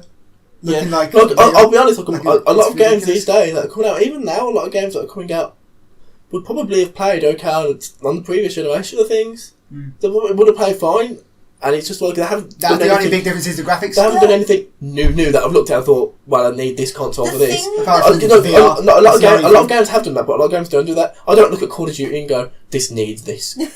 This needs this console now. This needs this graphical prowess in order to function as well as it does, because the underlying gameplay is very basic. It's like, okay, but when you look at stuff like Horizon, you can tell it's using what's there. Yeah. Stuff like that. But I really think that they have got to a point now, like they've hit a plateau where, okay, then the Xbox Scorpio games might look a little bit prettier, or they might run a little bit better, but when you're actually playing the game and the quality of the gameplay, it's not going to be that. It's not going to be different. No. It's not going to be different. And the people who have already got PlayStations are not going to buy it. They're not going to bother. They're not going to bother, and they're going to look at PS4 Pro, which is obviously going to be a cheaper product. They're not going to let Scorpio, which is going to be almost 2 years in advance of it, a year after it, and set it at a cheaper price. They're not going to let them do that. If you've already got a Microsoft PC and you can play all these games anyway, with the money you're going to waste on the Scorpio, you could get a better graphics card. That's exactly the point I was going to make. Yeah. Scorpio is going to be at least 500. If I was going to go, on the PC, for example, if I was playing a game and I was playing it on a mid to high range graphics card, like I am at the moment, I don't feel like, I can get the next graphics card up and it's a whole new game. Yeah, that's not how it would be. That's not. I'm not going to feel like I'm going to enjoy the game anymore because of that. I'll do it somewhere down the line if I get to a game that I can't physically run. Yeah, if I get to anymore. I don't play much PC now anyway. But what I used to when I used to play PC, if I got to a point where I couldn't play games graphic wise on high setting and I had to go down to medium, that's when I upgraded. Mm-hmm. Because I like it looking at least decent, like at least exactly. You got to have. There's still like a balancing act there. But it's not it doesn't define the gameplay. No. And until the gameplay until they do things that define the gameplay. I think their gameplay is better than graphics. Exactly. Until they do things that define the gameplay, I don't see the point of something like this. I don't see the point of something like this. Obviously, they're going to do it because they're going to compete tit for tat with PlayStation. They're going to have to do that. It's a competitive market. They need to do that. Because do you know what it's going to be as well? It's going to be a lot of like bravado. It's going to be like, oh yeah, I've got the Scorpio, I've got the Xbox Scorpio, I've got the newest best thing. And then if they do try and push that as the next generation of console, and then they start bringing stuff out on the PS4 Pro, obviously the third party is not going to miss out on selling it on PS4. No, because they've had the millions and millions of fucking PS4s everywhere. Exactly. And they start selling those things on the PS4 Pro. It's like, well, what's they can't look that graphically different on the Scorpio because they're not going to scale it that much. Do you know what the issue was with the graphics? The issue with graphics was always what people look like. Yeah. And like you remember in was it GTA when they tried to make the pores on people's face look visible and everyone just sort of had tiny holes in their face. Yeah. And it looked terrible. And then we finally got but then you had like the opposite of like Final Fantasy where everyone's like porcelain. And now you've got to this like point like in the new Final Fantasy, they look like And really, if the people look good and the backgrounds look good, that's sort. As long as the people look normal, like Aloy. That was the one problem with graphics, that people didn't look like people, but people look like people now. What more do you want? That's why the next generation of PlayStation, I don't think they're going to go the route of PS5, PS6 anymore. I think they're just going to have PlayStation, and then you'll have 2017 PlayStation, 2018 PlayStation, and it will just be minor improvements, but they'll just keep that going for a long time until you just says, oh, this only works on 2020 PlayStation and above. And it'll be literally a specification recommendation, and that's what it's going to be based on. But that becomes a PC, basically. Yeah, basically. I don't want that. It's already going that way. Look at the PS4 they said said that Pro. before, That's exactly they what said happened. before, like, PS4 came out, it was the end of consoles. And I didn't say it was in the consoles. Mm-hmm. No, but they're not consoles then. Are they really? Like, It's just minor upgrades, they're not... What do you think has happened already? Yeah. What have you purchased, Chris? Yeah, It's a console. You've purchased a console. Yeah, but exactly. it was just... That's exactly what I just explained. They stuck that 4K Pro on it, and everyone was like, you gotta have just that. went to me, that's not going to happen. But that's exactly what's already happened. Yeah. And you've already bought into it. But not the majority of PlayStation players haven't. And it doesn't No, matter. they won't. No, I don't think a lot of people will just go straight from PS4 to PS5. Nobody's going to see the need of it. And I don't blame them, that's fine. The only reason I found the need for it is because I got a 4K TV. Nobody's going to have a reason to get one. Exactly, the majority of people aren't going to move until it's something they don't want to play that they can't physically play. Yeah, exactly, yeah. Which won't happen. But everything up to when it goes to PS5, everything will be playable on PS4. There won't be any PS4 Pro exclusives. Because everyone No. When did they? Have they stopped making PS3 games? Yes. Exactly, and everyone was like, no. No, but that's when the PS4 that's comes exactly out, what I'm saying. But that's what you've just said. But When the PS5 comes out, there'll still be PS4 games, but there's not still PS3 There'll be games. PS5 and then there'll be a 5.5, which like the Pro. Mm-hmm. No, I don't think But that's the will thing, be. that not everyone will go, oh, I need to get this. They won't pitch that as a new console, the 5.5. There won't be a 5.5 because how can they make a PlayStation 5 that's not any better than the PlayStation 4 Pro, then a year later try and tell you the 5 Pro? The PlayStation 5 will be better than the Pro. Yeah, that's what I'm saying, but then they don't need to be... Why can't they just make the 5 This is why I don't think that the Xbox Scorpio is going to be a true next generation console. I think it is. Because I don't think there's enough of a gap between that and what the PS4 Pro is going to be. And then if they bring out Xbox games that will only function on Xbox... Those teraflops, Corey. Those teraflops. If they can't bring out games on the Xbox, on that console, and say, oh, it can't be on PlayStation because it won't physically work, when they've got a console there that's perfectly capable, they're not going to be able to do that. They're not going to be able to do that. But Corey, this one's going to have a Scorpion on it. So it makes it better. It is just a code name. It is just a code name. No, I want it to have a picture of Neo on your fucking PlayStation Pro. Or was that the Which one was the Morpheus? Which one was the Neo? So the Neo was the PlayStation, the Morpheus was the VR headset. Yeah, okay. Yeah, see, the one on your PlayStation there. Maybe you just can't see him. It's there. It's underneath. It's in the So the Matrix inside it. I like the idea of the Neo and because it's not. It's cool because it's a Matrix. The Trinity is going to be the next one. I also like the fact of it represents the characters. Like Neo started off weak and became very strong, and that's PlayStation come from the PlayStation 3 into the PlayStation 4, and Morpheus opened Neo's eyes. PlayStation VR. So what's Trinity? So mind blowing. Whatever the PlayStation's fucking. Pretty much, yeah. Oh, no, I'm going to leave that topic. I'm going to leave that alone. So yeah, that's basically Xbox Scorpio. We'll see. We didn't really say much about it. Trinity didn't do much in those films, did she? Trinity was a badass in those films. Didn't do much. She's not just Neo's girlfriend. No, I know, but she didn't do much Harley's anyway. not just a Joker's girlfriend. We're not going to start talking about this. I'm not saying she's just Neo's girlfriend. I'm just saying that she didn't do much in the films. But we're not talking about Matrix. This is not a film critical podcast. I know. That's why I said what I said. That's all. I was talking about PlayStation goals. So yeah, moving on from the Xbox Scorpio. I think we're going to get onto what's probably going to be our final topic, and that is the physical Nintendo Switch itself, and our personal impressions, what we think about it. So yeah, me and Chris have got one. We've had pretty similar experiences with it so far. I've played it mostly in TV mode. Chris has played it mostly in portable mode. Handheld mode. But we've both got Zelda, which we've already spoken about. We both love Zelda. Chris has also got 1-2 Switch, which we've played through every single game on. 1-2 Switch. So we do have a separate videos of 1-2 Switch. I was going through basically every single game. Yeah, there's only one up at the moment, but yeah. Yeah, but there's more coming soon. Go check that out. And that's a really, really cool game, actually. I really enjoyed it. It's not better than I thought it was going to be. Yeah. It's really enjoyable. It's just fun. It's more fun, but at the same time, I can see that being a game that very easily gets put on the shelf and you don't really want to play it anymore.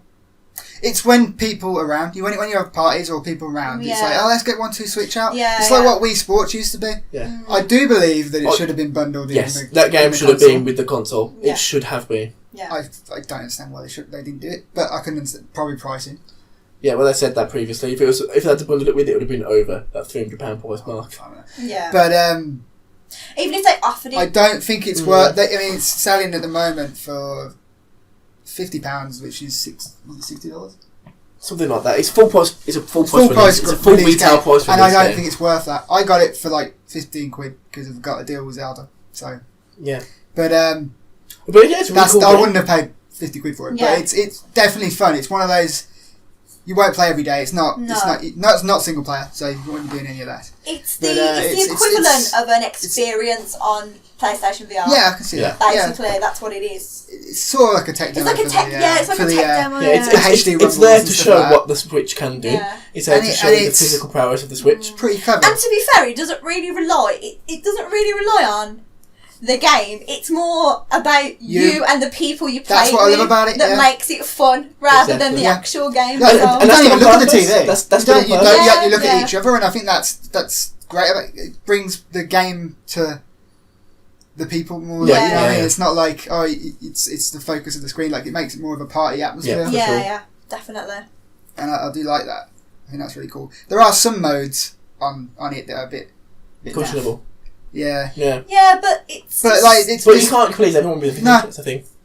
But yeah, definitely it should have came with the console. Oh yeah, it should have definitely been. But that in there would have been straight away the new Wii Sports, and I think it fills that same function that Wii Sports filled when the Wii came along. Yeah. Mm-hmm. It gives people, especially if they're new and not familiar with the console, gives them the good idea of how it works and what to do with it. It's essentially a tutorial of the things and how you need to move. Exactly. It tells you how to use each and every part of the console. We're saying that, but it is fun. It's fun. Really fun. It's fun if you've got the people to play it with who are actually going to get involved. If you don't really want to mess around, if you're not active and you just want to sit there with your controller. Yeah. It depends what type of game you are. If you enjoyed stuff like Wii Sports, Connect, stuff like that, like the just getting them out every now and then and having a laugh with it, then you'll like this game. But if you're the kind of person who enjoys a serious game where you know with controller hours on end, it's not for you. But we enjoyed it. Yeah. It was. I was actually really impressed and more than I expected to be. Yeah, definitely. Yeah. Especially with the HD Rumble stuff, which is the only game that really uses it so far. Yes, really, I was so mind blown by it, to be honest.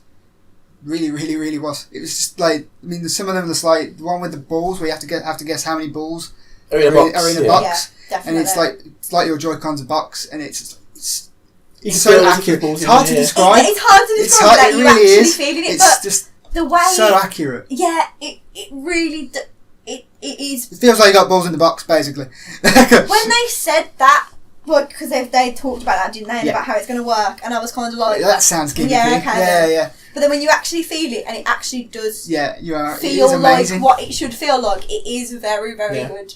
It's really cool. It's really cool. Like I said, it's a very good demonstration of what the Switch is capable of. In its more gimmicky sense, not a traditional gameplay sense. Yeah, but I mean, people love the Wii for the gimmicky stuff. Yeah. I'm not saying gimmicky as a bad term. Same. I think it caters for different people. Yeah. And a lot of people bought the Wii for its gimmicky stuff. That's the problem. I think those people will buy the Switch for this. The problem with the Wii when that came along was that it had the gimmicky stuff. That was all it had. Yeah. It didn't have the normal gameplay stuff there, and if it did, it wasn't properly developed for it. Yeah. Because not everybody would have a Pro Controller, I think, for the Wii. Mm-hmm. Whereas the Switch is best of both worlds, where you have the options there. It's like to options. Options again. It seems like the Switch has took the best of the Wii and all their consoles, and shoved it into one. Yeah. And then you've got Mario Kart April 28th. It became a great thing. That's going to be 28th. I'm sure it's 28th. That's gonna. It's a Wii U port, so if you already play it on the Wii U. Yeah, but imagine how fun it's got battle mode now. It's got battle mode. It's got all the DLC that Wii U wanted. And it seems. It's like the ultimate collection of best. I mean, the fact that you can take your Switch and just go and take it with you, play it against each other. Anyway, you know, play. You mean take the Joy-Cons off? Do you want to show them the coolest thing about the console? Oh yeah, sure. While we're here, I was just gonna go through like a physical because we've not done a Nintendo Switch review. I think the reason for that was that there was just so many going around at the time. Yeah. We didn't really see the reason for doing one. We wanted to do an unboxing, but we couldn't wait to get the box open. And yeah, I just couldn't help myself really. But the best part of Nintendo Switch is if everyone listens, I'll try and bring it closer to the mic. And when you put it back in there, it makes a very recognisable sound. Whoops! I just started. Bear with me. You can play Zelda now. Oh, let's do that again. It's really satisfying when you put it in there. It makes a noise. Oh, it's so satisfying. Yeah. But yeah, just the actual Switch itself, I'm really impressed with it. I think with Chris, it's a lot smaller than you thought it was going to be. Yes, I thought more like this. I thought it was going to be more like the size of the Wii U tablet. Mm-hmm. Maybe a little bit smaller, but I did not. When I got it out of the box, I was like, "Is this it?" I thought it was going to be like so much bigger than this. Yeah, a bit more. And it feels so comfortable in your hand. Yeah, it's really solid. It feels really solid. It feels really well put together. It feels like a quality made product. Obviously, it's plastic, so it's not like iPads or anything like that. Yeah. But it feels solid. It feels durable. And we've seen demonstrations where we know it's really durable. Yeah. People dropping it 11 times. And it's doesn't survive getting run over by a car. But no, but you know, not much stuff does. Neither would you. At the end of the day. But I think they've made a really, really solid product. And going from like the Wii U gamepad, it was hefty, but it was kind of like you can tell it was really cheaply made as well at the same time. Yeah, you could feel the cheap plastic. Yeah, exactly. But this feels like a premium product. Like if I remove the Joy-Cons off of that, the tablet portion of this feels so strong and solid. And it just feels like a tablet. Yeah, basically, it feels like a good premium quality, tablet, a really good quality product, and I'm really impressed with it. Playing separately with the Joy-Cons on there. It's actually I find it's so comfy. I find it quite comfortable being able to lie in bed, like, have the tablet here, balanced on the thing. Or now I've actually personally bought a mount so I can have it on my face like that. I am that sad. And then just lying there with the Joy-Cons like that in bed and not having to worry about. You can sit at any angle. You're not forced to do this anymore. Yeah, you can literally just go. It's so cool. It's just so cool. And it's convenient, like in any of these ways. You can, if you're cooking something in the kitchen and you just pick it up out the dock and walk away. And continue to play while you're cooking, and then come back. Go to the bathroom. Yep. Corey tested it out earlier. Played a bit of fast RMX in the bathroom. So fast RMX going on. Just quickly go over that. It's basically the current version of F-Zero or Wipeout for the Nintendo Switch. So basically it's a very like a hovercraft based, very fast racing game. It's quite cool actually. It's got a few mechanics in there that I didn't realise I had. Yeah, I played a little bit of split screen with you, didn't I? Yeah. It's actually it seems really cool. I've not given it much time at the moment because it's at the moment it's mainly a Zelda machine. I'm not going to deny it. That's the one thing I'm going for with it. But after I've got past Zelda and I'm an old man.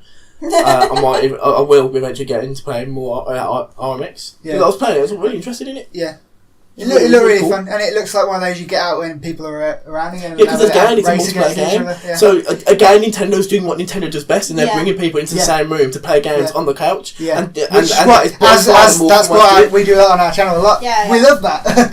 that's not if you go and look at our channel. That's not everyone has to have a Switch to play either. Yeah, that's because one person can have one of the Joy-Cons and the other person can have the other, and that's 2 controllers. So we potentially here have 1, 2, 3, 4. We have 5 controllers. Oh, we have Pro controllers.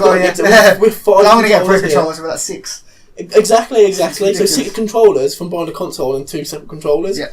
It's really, really cool, and that was obviously an aim for them as well. Yeah. Mm-hmm. So I'm really happy with that. Nintendo sticking to what Nintendo does best there.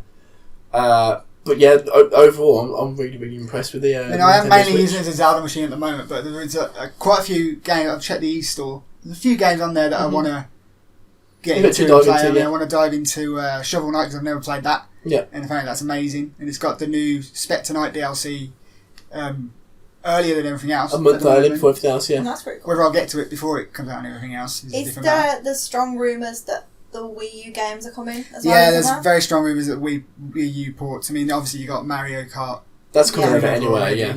I wouldn't be surprised if you see stuff like Smash or Mario Maker stuff like that. Yeah, so the Mario Maker Mario would be Maker really good on would the be really Switch. cool on there. Yeah, to be fair, I'd like to play Super Mario Bros. How it would work, because you used to, the Wii U one, you used to make the thing on the tablet, didn't you? And then, yes, but I imagine if you just have to make it on, I suppose you can make it on the TV, can't you? Yeah, well, because I was going to say, if you make it on the portable mode and then dock it in to play it on the TV, that'd be pretty cool. Mm-hmm. Oh, that would work. No, because then what? Because then that literally takes away the point of it being portable. They're not going to. No. You can play it on there as well. No, but that's. Okay, a way that they could do it is you take one of the Joy-Cons, because obviously it's not a complicated game. You don't need both Joy-Cons. Yeah. One person has it with the motion controls, has a pointer on the screen, and they can just make those platforms. Oh, that would work. And that's that problem solved. That would work. It has gyroscopes, it has accelerometers. It's accurate enough for that job. That'd work well. And then have basically the exact same functionality. Yeah. You know what else? Bayonetta 2. So yes, Bayonetta 2. It's such a shame about that game that they brought it out on a dead console, basically. I was so upset that I couldn't play Bayonetta 2. So unfortunately, I didn't get to play Bayonetta 2. It's still in its cellophane when I went and traded in the Wii U. Because I just didn't get round to playing it. I was going to. You I didn't get round to playing it. You were my only hope in playing that game. I was going to get round to playing it, but then the Switch came along and I was like, I had no reason. Yeah, I had no reason. For many years, didn't you? There was shit to do. No one was touching the Wii U. It's fine. Exactly. To be fair, I had that Wii U from probably about 6 months after launch. I remember when you first got that. You were like, "Oh my god, this is amazing." When you bought it was cool. We were around Sam's and we were playing that Mario game where you create the blocks on the Super Mario Bros. Yeah. No, that's not Mario Maker. No, I'm not about Mario Bros. Yeah, I was talking about Mario Bros. I hope that if they do bring Bayonetta, I hope this revives the franchise. Because I will play. I'll play as many of them as I can see them bringing it over because simply it didn't do that well on Wii U, but a lot of people who did have a Wii U played it. Like a lot of the Wii U fan base, they played it. So I can see it being popular on Switch if they bring it over. Yeah, and it's not their fault. I mean, the only reason it was ever made in the first place is because Nintendo paid for half of it. Yeah. So it's not their fault they put it on the Wii U. I'm quite shocked Nintendo. Because it wouldn't have been a thing otherwise. Going back to Nintendo's family-friendly image, I'm quite shocked that they were like throwing money at Bayonetta. Yeah, You make. They wanted to get a different type of gamer in. That's what it was. Yeah, and it didn't work. What I'd like to see on the Switch is obviously all the Wii U stuff, which unfortunately didn't do as well as it could have. But we'll do so much. But do so much well on this. The Switch. But I just like collections of previous games, like Xbox 360 and PS3 games. But obviously they look better because it's a more powerful console. But like collections of previous things like imagine like a DMC collection, like 1, 2, 3, 4. Just you mean number 3? Yeah, just number 3. Just leave that. And but you could have things like the previous. Obviously, the Wii didn't have, and the Wii U didn't get all the previous gen stuff. Yeah. Just tried to collection. When they tried to get Batman, and then that was just a failure on there. Imagine you get collections of Resident Evil. You could get a collection of Resident Evil 4, 5, and 6. Number 4. It'll be just 4, but all this stuff that Nintendo previously missed out on, and they sell it as one package, as one game. Obviously, you're not. But they're doing it with some games. I mean, they got Rayman, they got Skyrim. Skyrim. I really like Skyrim with Rum is so much better. But yeah, they got Skyrim, which is one of the main reasons I got a Switch because I love Skyrim and I'll. I originally wasn't looking to purchase Skyrim on the Switch, but after playing the Switch and seeing how easy it is to just go and then go and do something, I'm seriously considering getting back into Skyrim again because it's going to have all the DLC again. It's going to be great. It's going to be great. The Switch is for those games which, apart from the exclusives, it's for those games which you don't necessarily care about the graphics. They don't have to be like amazing graphics. They're games you don't mind coming in and out of. Dipping in. Exactly, yeah. Like, say you're playing a big game on your PS4, but like when you're out, you got to switch. I'll jump into something like ukulele. Yeah. Play that, and then which is coming to Switch. Ukulele's on Switch, not on launch date for ukulele. Not the same day. Is it not? They've confirmed it's not going to be the same day. Oh. They've got a vague 2017 release date. But I knew this. I could have told you this because the Switch wasn't an Inception when they were making it, and we're only a small studio. Hopefully, it's not too long. I've already got it on the PlayStation 4 Pro anyway. Well, we'll have. because I just can't wait. But where was I going with that? What was I saying previously? About collections. Yeah, about going with collections. Like the Wii U. Did you even know the Wii U got Mass Effect 3? No. Yeah, the Mass Effect 3 was on the Wii U. Wow. Which is very strange when you consider that it never had any of the previous Mass Effect games on there. Did it play well? It played it as well as it did on the previous gen consoles. Really well. But like a collection of Mass Effect 1, 2 and 3 on the Switch would be really cool. Yeah, they won't do Andromeda. That ain't happening. No. Imagine if they did though. Because to be fair, we don't know like the capabilities. I mean, we know it's not as powerful as the PS4 Pro or anything like that. But like the fact that Zelda played so well, and that's like still on the Wii U, and it doesn't look that much different. Like that's not even the height of the Switch's not even the Switch's final form. Yeah, literally, it's so we don't even know what the Switch can do. If developers want to, they can scale it back and run things on the Switch. Exactly. It's not just pure. So you never know. You might get Andromeda.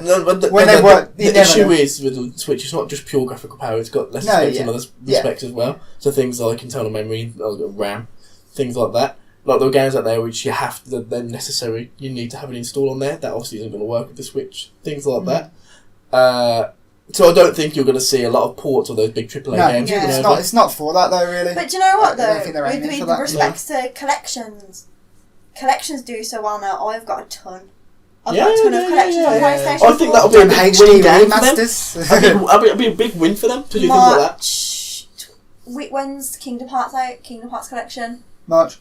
Yeah, the end of March. It's sold out. On the Square Enix store, the special edition is sold out. When I get it, I'm going to play all of them again, and then I'm going to move on to 2.8. Because they're amazing games. Well, they could easily release like... Kingdom Hearts would be perfect for the Switch. They would fit. They're not amazing looking. I reckon it will come to the Switch. Well, it's too late. Square Enix. Too late now. Nintendo. Because I've already got them on the PlayStation 4. But it could easily fit. It could very easily have gone on a game like that. And the way Square the way you play it as work. It's basic. Exactly. But the way Square work, there's all these different Kingdom Hearts games on all these different platforms. I would not be surprised if there's not an exclusive for the Switch. So, and the game's complicated enough, and if you want the whole story, you're going to play it.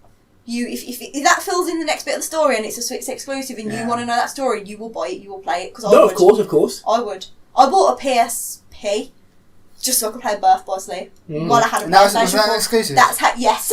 Well, that's how desperate I was.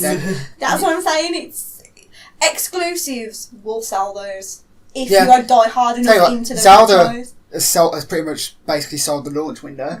Mario will sell Christmas. Yes. Whenever Pokemon comes out, we'll fucking sell it. So yeah, I think the winning app for this is going to be Pokemon. Everyone's screaming for a full Pokemon release. So if they bring out this rumoured Pokemon Stars, which is Pokemon Sun and Moon, and then Stars. And then they're going to have Pokemon Stars, which is going to be the Switch release, which is basically it's going to be basically the same, up-res graphics, and just look better basically, but for the Switch, and take more of its capabilities. Best bit about that, though. I'm going to make a confession. I've never ever played a Pokemon game. Ever played. Never. No.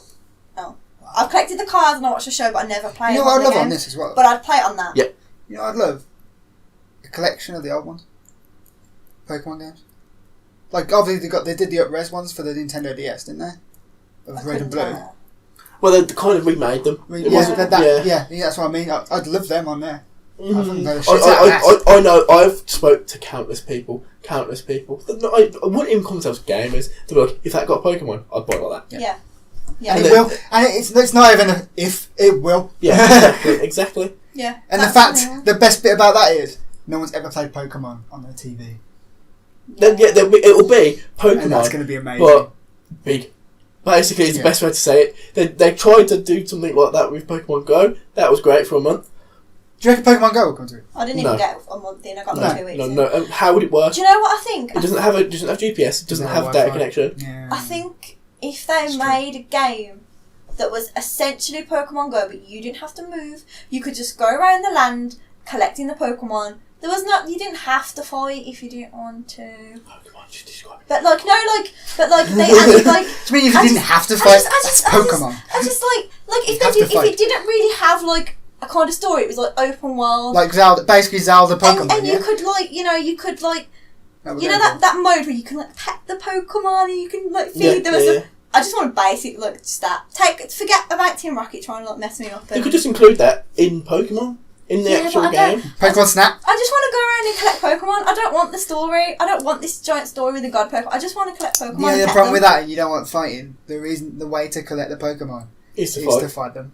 Because they won't go in your balls otherwise, will they? That's how Pokemon Go, right? You just throw the ball at them. No, you have to weaken them first. Yeah.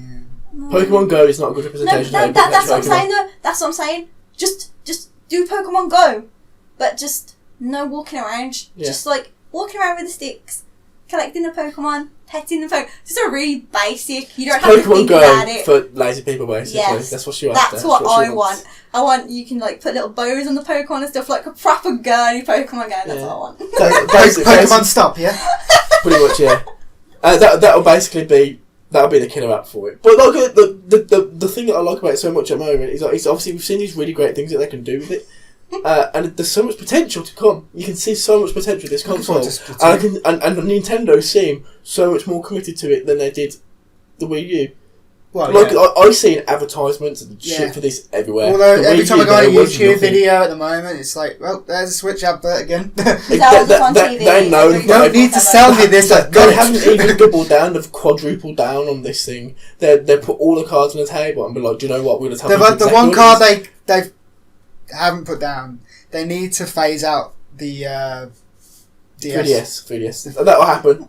Because they keep saying, they keep reiterating, we're still supporting it. We're keeping going. We bring out games for it. Like, yeah, stop. Because all those when you stop that, those DS people will get this. Yeah.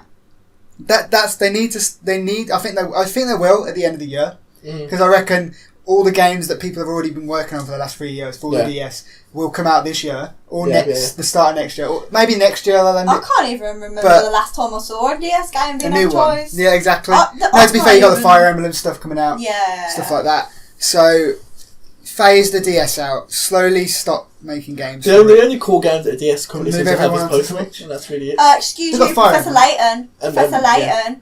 The best game. When's the last one that came out? Yeah, it's finished. It's finished, but I'm hoping the collection. I'm hoping that with how are they doing that? Because you have the whole two screens. I want another one for the Switch now that the Switch. No, they is just back. obviously make it again. Will they just have it? I suppose you don't really need that way. You don't need the touch screen. You don't need the touch screen. Again, just make it work with the Switch as it is. Because only the last. It can't be a collection of present. Only the last two were in 3D as well. Only the last two were in 3D, so you don't even. It would have to be a new one. They probably will bring it back. I think. I'll give it a bit of time, but they will. Yeah, it's so good. And because all these if they do phase out the DS, the specific like DS developers like that, because the DS isn't like a biggest graphical.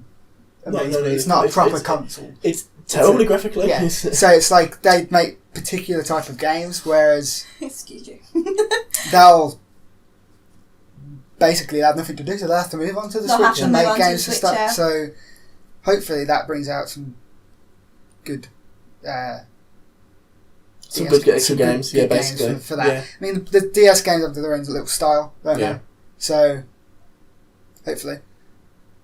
Yeah, it brings a different type of game to the Switch. It just adds to the potential of the Switch. Yeah, like the Switch at the moment, I can see it's in a very a lot of people are excited for what's going to be coming from it. More so than I saw about the PlayStation 4 and the Xbox One, because people knew what to expect. Even the Sony people and the Microsoft people are like, the Switch is great. Yeah. It's such a good idea. People knew what to expect with those consoles. I would not be surprised. They knew that was just an iterative. Progression from what was previously already there, whereas Nintendo's like brand new thing entirely. That's Nintendo's jam though. That's what they do. Yeah. And they either win or lose. I wouldn't be surprised if PlayStation come out with something like a Vita 2 to combat this, because they're not. PlayStation won't leave like the handheld market to just Nintendo. But it won't even be able to compete. No, because then PlayStation split between PlayStation 4 and the PS Vita 2. And Nintendo's like all the balls going to the table. Exactly. Yeah. So that they could implement it into a PS5 whenever that comes out. I bought a Vita. I played it the first day I bought it, and I don't even know where it is now. Yeah, mine stays in the cupboard gathering dust. Yeah. But yeah, they might be able to do that with PlayStation 5, because then they'd have to get something more powerful than the PS4 Pro in the size of that. which they won't be able to do for 10 years at least. That's why I think they'll just do it portably. They'll just have a separate and the thing is, it'll still sell because PlayStation. They'll probably have to get one that's as powerful as a PS4 in a few years. Yeah. And do that. Yeah. It'll still sell. That'd be cool. I can see that happening. But yeah, it'd be great. I'm excited to see. But the fact that the Switch is just it's only before I used to speak all sorts of high praise on previous videos that we've done about the Nintendo Switch, and having it in my hands and actually seeing what it can do has only just reinforced that for me. But even Kate, who was quite a skeptic before this, I'd imagine. No, but do you know what? I was quite sceptical for a while. It's better than I thought it would be, but I'm not gonna lie. If Nintendo turned around tomorrow and was like, "Oh, we're going to put the new Zelda game on PlayStation 4," I'll be like, okay, then I don't need it. I want that for Zelda. I want to play Zelda. And if there's any other way possible, I wouldn't buy one of those. But I'm prepared. But that's how... Yeah, but who wants that? That's how they sell consoles. Yeah, that's how it works. Yeah, it's working because I'm going to buy one, because I'm not going to be the only person exactly. that playing it. I wouldn't have bought PS4. You can play it for Zelda, but you are looking at the fact that I can take on holiday. Yeah, exactly. Yeah. So it's not just the Zelda. It's not a bad. It's just the Zelda that's selling you right now. Yeah, exactly. I probably would have got one later in the year when Mario come out. That's when I was thinking originally I was going to get it, but I can't wait that long to play this Zelda game. I need to play it now. I love the fact they're putting it in hell of a lot of indies on it as well, because that is the perfect place for them. Look, they're not very graphically hard, amazing, they're not and they can play them wherever they want to. And I'd happily play something like, Overcooked we've already got a PC, so we're not going to get it again. But that would be, you get four Joy-Cons, so that would fun be on perfect. it. I can see myself playing on there. Like, to sit down at a PS4 Pro, and you're sitting there and it's like, okay, I got Horizon, and I've got all these other games that I can play on there, and it's like, oh no, I'm not going to play those. I'm going to go play this tiny little indie game. Nothing against indie developers. No, because we love indie games. We love indie games. We're very deep into them. Wink. And but I think that is a machine that's gonna really encapsulate what's best about indie games. Is those not necessarily shorter experiences, but that kind of like easier gameplay. That sort of like not that AAA kind of like big show, massive shout scream about the whole thing. Like ukulele. I would get ukulele on the Switch. I wouldn't bother getting it on PlayStation 4 because I think it's the sort of, like you say, it's the perfect game for that. The only reason I'm getting a PS4 is because it's coming out. Yeah. It's not going to come out on the Switch until later on in the year. Wait, it's fine. I'll probably still play Zelda more then. I reckon it'll come out for the most. But at the moment it's uncertainty. If they come out tomorrow and say it's going to come out a month after, I'll wait. Yeah. But they haven't. Yeah. And it's out soon. It's a month away. On the PlayStation 4. Yeah. I know. Yeah, exactly. So we don't know when it's going to come out. It could come out in December on the Switch. If that's the case, it's too long. I can't wait. I need it. I can't wait. Like I've been waiting for ukulele for a very long time. Yeah, I know. Yeah, and after what I played of it at EGX when I played it, that was my game of EGX by a long way. I had so much fun playing that game. The whole time I was there with a big grin on my face. I was like, I can't wait for this. I cannot wait for this game. Adventure Pals would have been good on the Switch as well. I wouldn't be surprised if it comes to it. Adventure Pals is very, very good. You should play it, but it would be great on the Switch. It would video that as well. It would. Have a look. It work like stuff like that would be perfect for it. Yeah. I'm gonna probably get Binding of Isaac when it comes out on there later on this month. Because that's it. Even though you've got it for free on PlayStation? It's a different version. It's a different version. Like Binding of Isaac is so complicated with a different version you get. You have Binding of Isaac and you have Binding Afterbirth and you have Afterbirth Plus, and they're all entirely different games. But yeah, I'll probably get that. I've got it on free on PlayStation, and guess what? I haven't fucking touched it. Yeah, exactly. Yeah. Because I get on the PlayStation, do you know what? Oh, this is great, yeah. Overwatch. And then that's what you do. That's what it's for the win. That's what I see it as being for those big showy games. I don't look at PlayStation and think it's synonymous with indie games. I know that it has a really good following on there. It used to. And a lot of people do play them on there. And there is a lot of indie games. It's more indie but than if I'm gonna, exactly. Xbox, sorry. Yeah, but if I'm going on to that, I'm not going to play one of those sorts of games. Because I don't. Because if anything, are the PCs even more for that? Yeah. I play those sorts of games when we have those moments in the year where there's nothing really going. And we have finished all the big releases, and there's nothing coming out until like fall. Yeah. Autumn. But yeah, that's when I play those indie games. But I don't. You are right. If you go on there and you've got a Horizon, a Mass Effect, and then you've got a little indie game, which might be an amazing indie game. You know what I mean? But like. Look, I've missed out on so many indie games. Like Inside, I really wanted to play Inside. Yeah. One of the game of the years. apparently. Yeah. And I really wanted to play it, but with big games out like that, it's hard. You get distracted. You get distracted by everything. It's ridiculous. Yeah. It's difficult when you have limited time as well. When I've got a Switch, which you can take anywhere. I can take anywhere, and when I'm out and not away from my PS4, away from those big games, and I've got those indie games on there, I will play them. Mm-hmm. And that's where they will get played. They might take me longer because I'm playing them in shorter game sessions, but they will get played. So, like things like the Zelda at the moment, I'm not even going to turn it on unless I know I've got at least an hour to dedicate to that game. I'm not going to jump in and play. It's different with the exclusives because they are the big shiny games of the Switch, and they're like the horizons of the Switch. And that's how I play. That's how I play games. When I play a game, I binge the shit out of a game. So I'm playing this game for the day, and that's what I do. I'll probably cocoon myself in a blanket, and I'm there literally for the day. I have an entire setup around me with controls, remotes, and battery packs in case the controls run down, and all this stuff, just so I don't have to physically move. And I was like, this is my life now. I'm just there, and that's how I play them. That's how I enjoy them the most, because I can absorb them, and I can lose myself in them much easier. Whereas if I was to play Horizon half an hour a day and complete it that way, I wouldn't feel like it's nearly as good as a game. Yeah, depends. Well, that's how I'm playing it. It's because of time. That's very subjective. Yeah. That's not everyone has that same amount of time. That's how I play my games. Yeah. And I don't have any other commitments. I wish I could play my games like that. I don't have kids. I don't have a girlfriend. I wonder why. Because I'll just sit there and I'm like, okay then, great, I'm going to play this, and this is what I'm going to do. Like, I'll get home from work at 6 o'clock, and then 2 o'clock in the morning I'll be like, okay then, maybe I should go to bed. I've got a bit for 4 hours. Yeah. So. But you don't realise it's 2 o'clock. No, I lose time in games. I do that so much. That's me on Overwatch. I'm bad because it's if I get something new, if I get a new game that I'm really getting into, like on a weekend or something, I'll forget to eat. I'll be there and I'll start playing it at 10 o'clock in the morning, and I'll be going until 1 o'clock in the morning the next day, and I'm just there like, well, I guess I should have something. I'm just gonna die otherwise. And then all it is, the only reason I want something is for the functional reason of physically needing it, not because I want it. So, well, I'm going to get this out of the way. But that's when I like something, I really like it. And I've had times in the past where I've thought, oh, you know what? I think I'm kind of going off on gaming. Like, I think I'm like turning off. Yeah, but the last year, I've been so hard back onto the ball. I've just been like, oh my god, I didn't know. I've never had a moment of weakness. I've never had a moment where, like, a prolonged moment where I'm like, I feel like I'm off gaming completely. But I've had like those weeks where I'm like, I just can't be arsed. Like, you get home from work and you're tired and you're just like. That's what I also classify. That's what I classify as a great game. Is a game where I come home from work and I'm tired and I've had a bad day and I'm just like, not when you're normally there, like I'll just watch a bit of YouTube or something. Netflix or something. But if instead I choose to play that game has to be a fucking amazing game for me to be like, oh, okay, I'd actually prefer to do this. Yeah.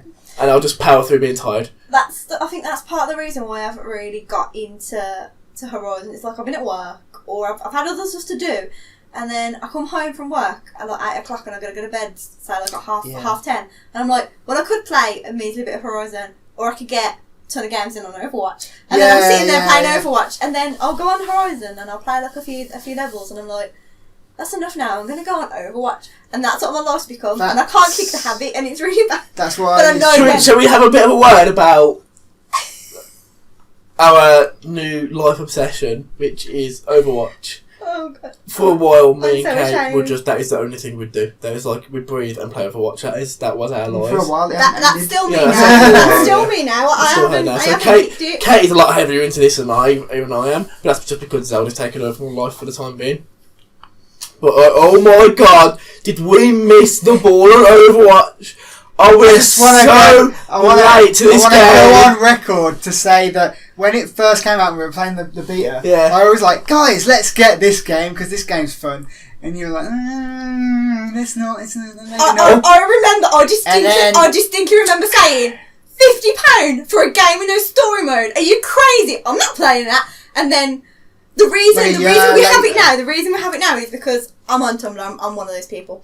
And everyone on Tumblr he's talking about these characters and talking about this game, and it starts to get to me that I don't know what's going on. Yeah. And I'm like, I need this game. I kept going to the guys, can we get this? And they're all, it's a year later, we won't be good, blah, blah, blah. So in the end, I'm just like, you know what, fuck you guys, I'm getting it. So I got it, and it took 2 days for everyone else in the group to get it. And now look at us now. I wanted it in the first place, so I was easy. You were all like, no, and then you saw me and Jake having so much fun, and then you were like, yeah, I'm going to get it. I got it, and I thought, I'll get into it, I'll play it, I'll get in, but everyone's going to be like, they're going to be weird, complicated characters, I'm not into it, I'm just going to get wrecked, I'm just going to die, but I can name every character in the game by name, and I can tell you what they can do, and exactly the abilities that they have, and how they are easily countered by who and what. Do you know, everybody's countered by me because I'm great. Do you know what I love about Overwatch? I'm terrible at shooting games. Till I met you were good at Destiny. Till I met you guys, I did not play shooting games. It's not what I'm into. But Overwatch, it's your jam. There's something for everyone. Whatever you want to do, whatever role you want to play, there's a character for it. And you just get that character and you're just like, this is it. And I wreck at Overwatch. I absolutely wreck. On Battlefield, if I get like 4 kills, that's like the best I've ever done in my life. On Overwatch, I'm racking up like 20-30 kills and I'm like, oh my god, what's happened to me? What's happened to me? She's so good. But that's the thing, anyone can be good. Anyone can be good if you just get your character. That's what I like about it. If you get the person that you're good at. Like, I like it like this now because you know what it feels like when I'm playing like Battlefield or something and you reckon, you're like, yes! You get it's the rush. It's such a rush. I said that to you the other day and I was like, is this what you always feel like? I'm like, Kate, it's a glorious moment, isn't it? I'm there and I'm killing people and I'm not dying and I'm like, this is Corey mode. This is Corey mode. Who needs story mode when you've got Corey mode? But it feels so much better. Don't let it put you off. You haven't had the game since the start. Don't let it put you off. No, not at all. Unless you're on PC, because those guys are wrecking. So me and Jake got this game, and before we even started to play people, we were like, let's play a few matches against the bots. The bots didn't even know you could fucked us so hard, and we were like, oh damn. Went into a real game with real people. We were wrecking. Yeah. The first match we played. If you just find that person that you're good as, it's job done. Job easy. Job done. You're amazing. Exactly. So who's your character? May. So Cat mains May. Who do you main as, Chris? So Chris is a bit of a... Floater. A bit of everybody. Yeah. At the moment, it's Sombra. Because I like literally... I go around, I like being a nuisance. I literally go around hacking all their health, hacking them so they can't use their powers, and then these guys fuck them up. Mm-hmm. So, it works for me. Exactly, yeah. And I float around most characters. I've got a pretty even spread. I've got around here. Yeah, no. So basically, I've only really played one character, and it's Soldier 76, and that's that. I found my calling very early on in that game, and I got onto that, and I was like, "This is what I'm doing." Yeah. What I like about Soldier is that he's the guy. Well, no, because it's different because he's a little bit of everything. Yeah, like a little bit of all the cards. He's a little bit of everything because he's a healer. Like if he can heal you. Yeah. He can have distance fire, so he can he can be really precise with burst fire at distance or at close range. You can just unleash, just let your clip go and just wreck at close range. He's a little bit of everything. He's still Mr. COD FPS guy. He's the most CODish one out of all. I can't deny it when your name is literally Soldier. It's difficult to deny it. But it's so good. It's so good. I started life as McCree because he was a cowboy with a robot arm. That's cool. And then the only reason I played as May was because someone was playing as McCree, and I played as May for the lol because she looks like me. And then I just remember you were like, "You're wrecking?" I was like, "Oh my god, yeah, I'm wrecking." And then I remember like the day after, you were like, "If you pull the left trigger, she shoots icicles." Yes, you did. You played. And then I was like, you got good without knowing you had secondary fire. I was already wrecking, and then you were like, "Do you know if you pull this button, this happens?" And I was just like, "Oh my god!" And then it was like, kill streak on fire. It's just so good. And what's interesting as well is May is a 3-star character in difficulty and how hard she is to play. Yeah, so Sombra. And I'm terrible. Yeah, so Soldier. And I'm usually terrible at this kind of game. And me and May just got something special. It's just too beautiful. But Chris needs to get May good. Is bad. May is bad. She is. You need to get good though. You need to hit your star. I think I found it with Sombra, but then again, I thought I found it with Zinga. No, the other one. Great, this is great. Who's the defence character that I played as? I don't know. Torbjorn. I thought I found it with Torbjorn. Chris isn't as deep as we are into this. No, just like, the thing is, I don't think I'm playing the field at the moment. I'm trying my characters. And I find out. Do you know what's good though? You can smash the system on Overwatch. Like, I'm meant to be defence. Yeah. I'm meant to put some walls up. I'm meant to not really be doing anything. I ain't about that life. I will kill you. I will put an icicle in your face. You'll put an icicle in the face while you're staring them down with your cute little face. Exactly. You're like, ah! That's so good. Like, you don't have to. They give heroes classifications, but you don't have to be that. No, exactly. Like, I play really good defence with my exclusively offensive character. Exactly. This is so good. Sombra's supposed to be offensive. I don't kill that many people, but I stop them from getting health and shit like that. Yeah. No, you do my job. You're like a buzzy little bee. Yeah. It's the best way to put it. It's like you're always going after me. It's like you're in the way. The best bit of what I love doing is hacking a big health pack, and which is by their point, and standing on it because it refreshes every like 5 seconds. And they can't hit, like they're shooting. They can't kill you fast every enough. time my health goes down to a little bit. Oh, I've got full health again. Fuck you. You know, love it. You know, I got two things that are my favourite to do on Overwatch. One is killing an enemy mate, because that makes me feel superior. Yeah. And then two, I'm the true man. Hey, I think everyone loves that. Two, my favourite thing is when you got someone like McCree or Soldier or whatever, and you hear like it's Hyrule, and you're just like S4, and then they just waste their super, and you're just like get good. Like, you've got no one in your sights now.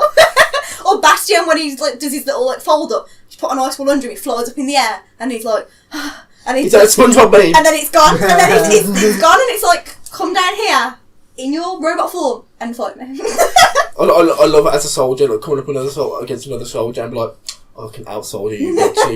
You ain't got nothing on this soldier over here, bitch. It's just so sweet it's when you do that. You know for a fact it's the only character that you're on a completely even battleground with, and the only way you win is via skill. Yeah. And it's just I just never lose. So it's great. It's great. And it's so not that he's tuning his own horn or anything. You're there, like there can be only one. Me and Corey are not bragging, but we are good. Me, Corey, and Jamie are the dream team on Overwatch. Yeah, we've got this. You should have seen us playing Elimination. Oh my god, the steamroll that we had in that game.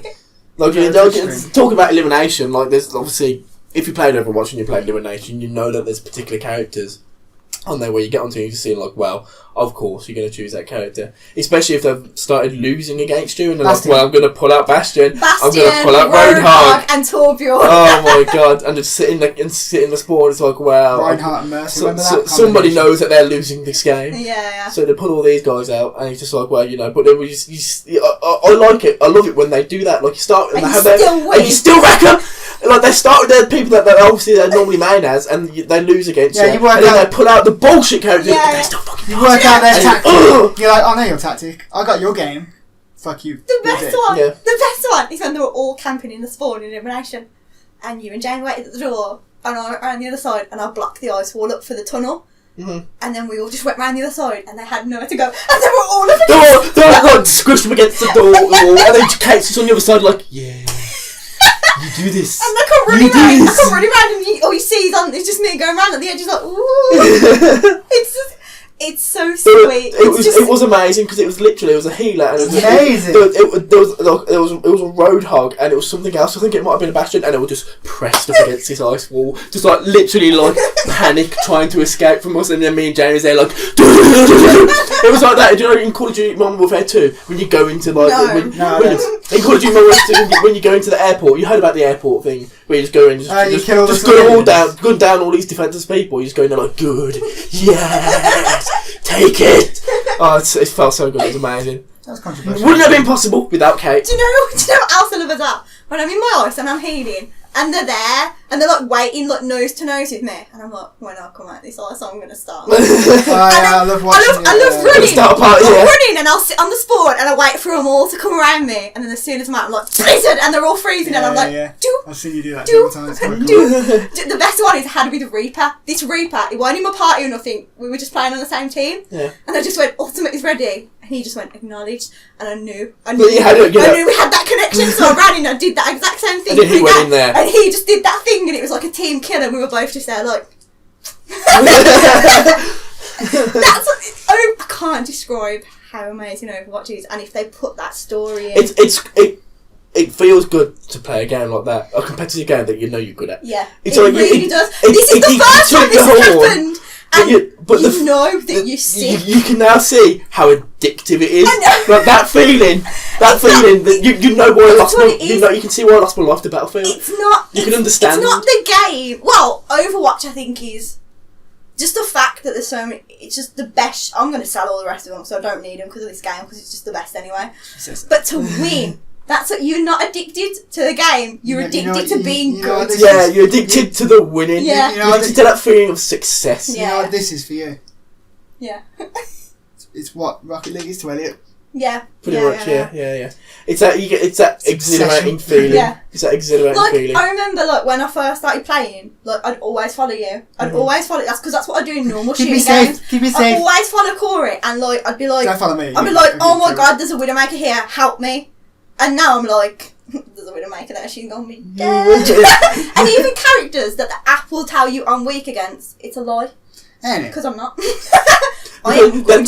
That's who you'd be weak against if you were playing that character, how they expect you to play her. Yeah.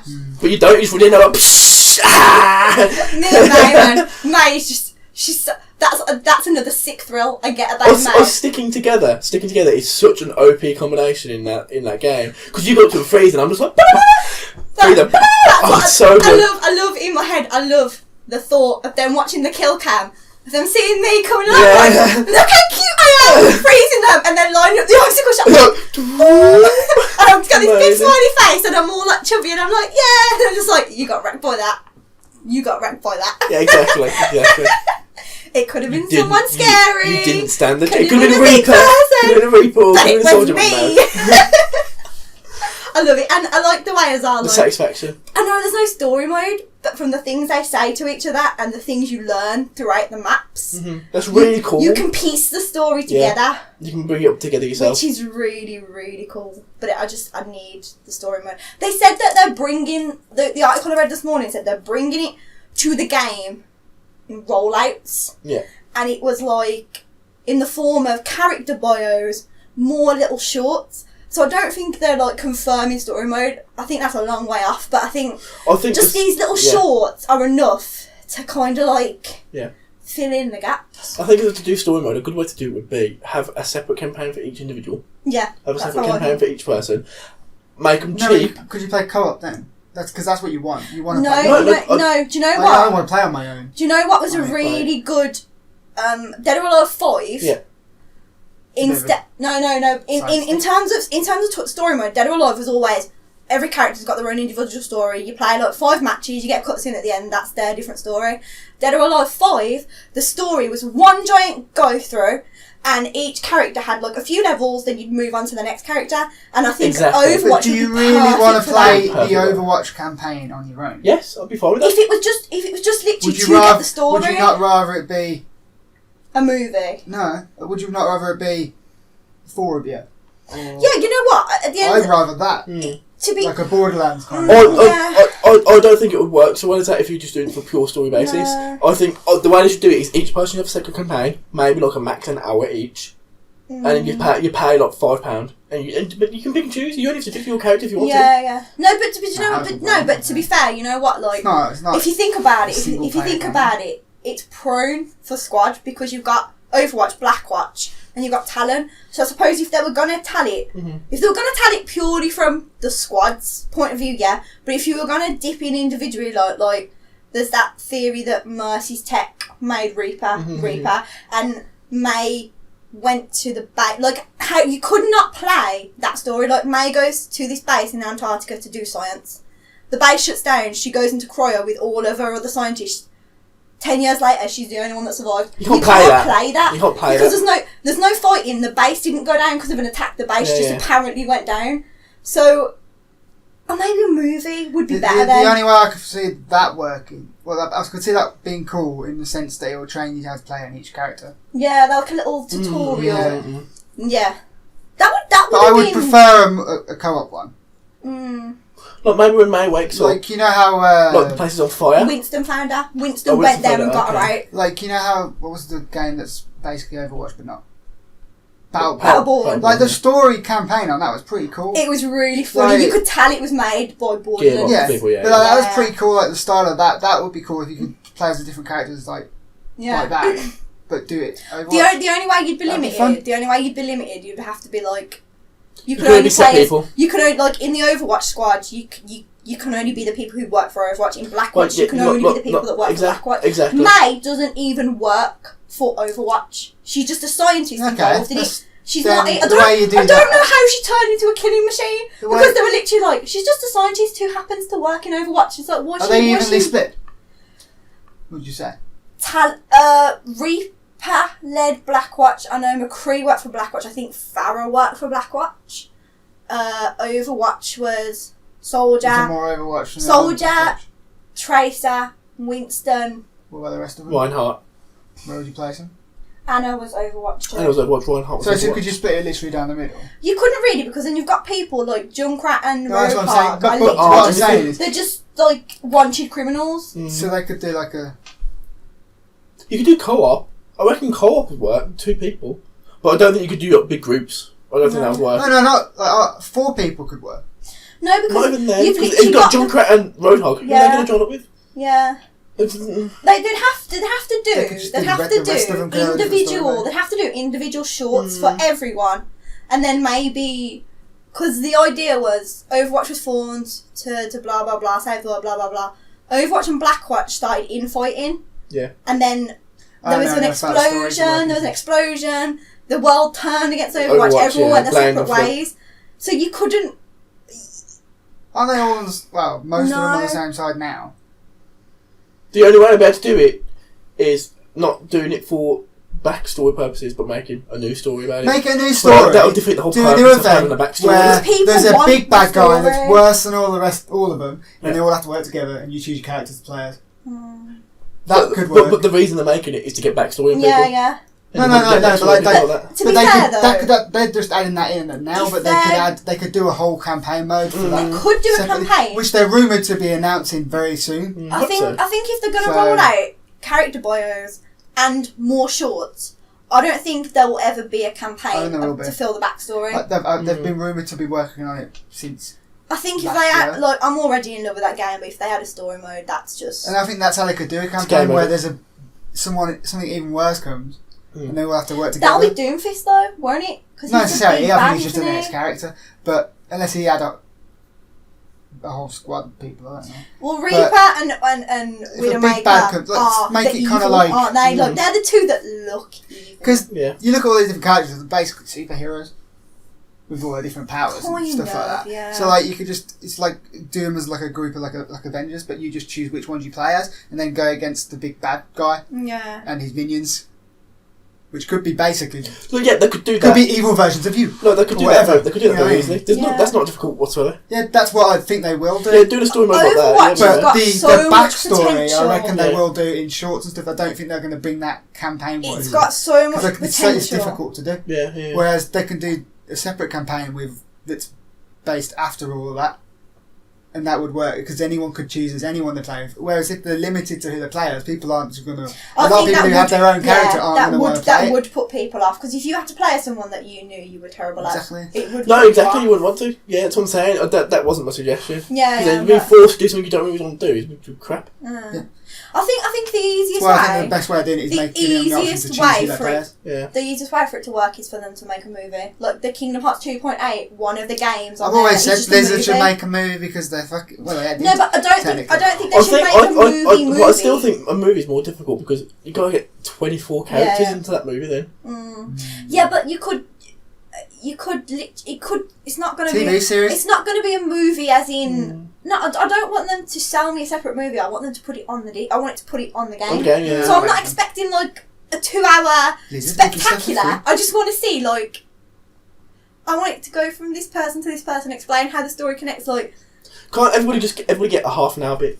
Yeah, that's. Everybody get a half an hour bit and just leave them like that. The shorts, and Junkrat and Roadhog can be the same bit. They've already got one. They've got one. They've already got short Junkrat and. But it's like stuff to expand on everything that they've already done. Yeah, it's just like people. You learn these bits of stories from like the dialogue, and what you see online and the little videos that come up on YouTube. But and that's part of its charm, though. that's the thing. That's what keeps you going, because you're like, you see something, you're like, what does this mean?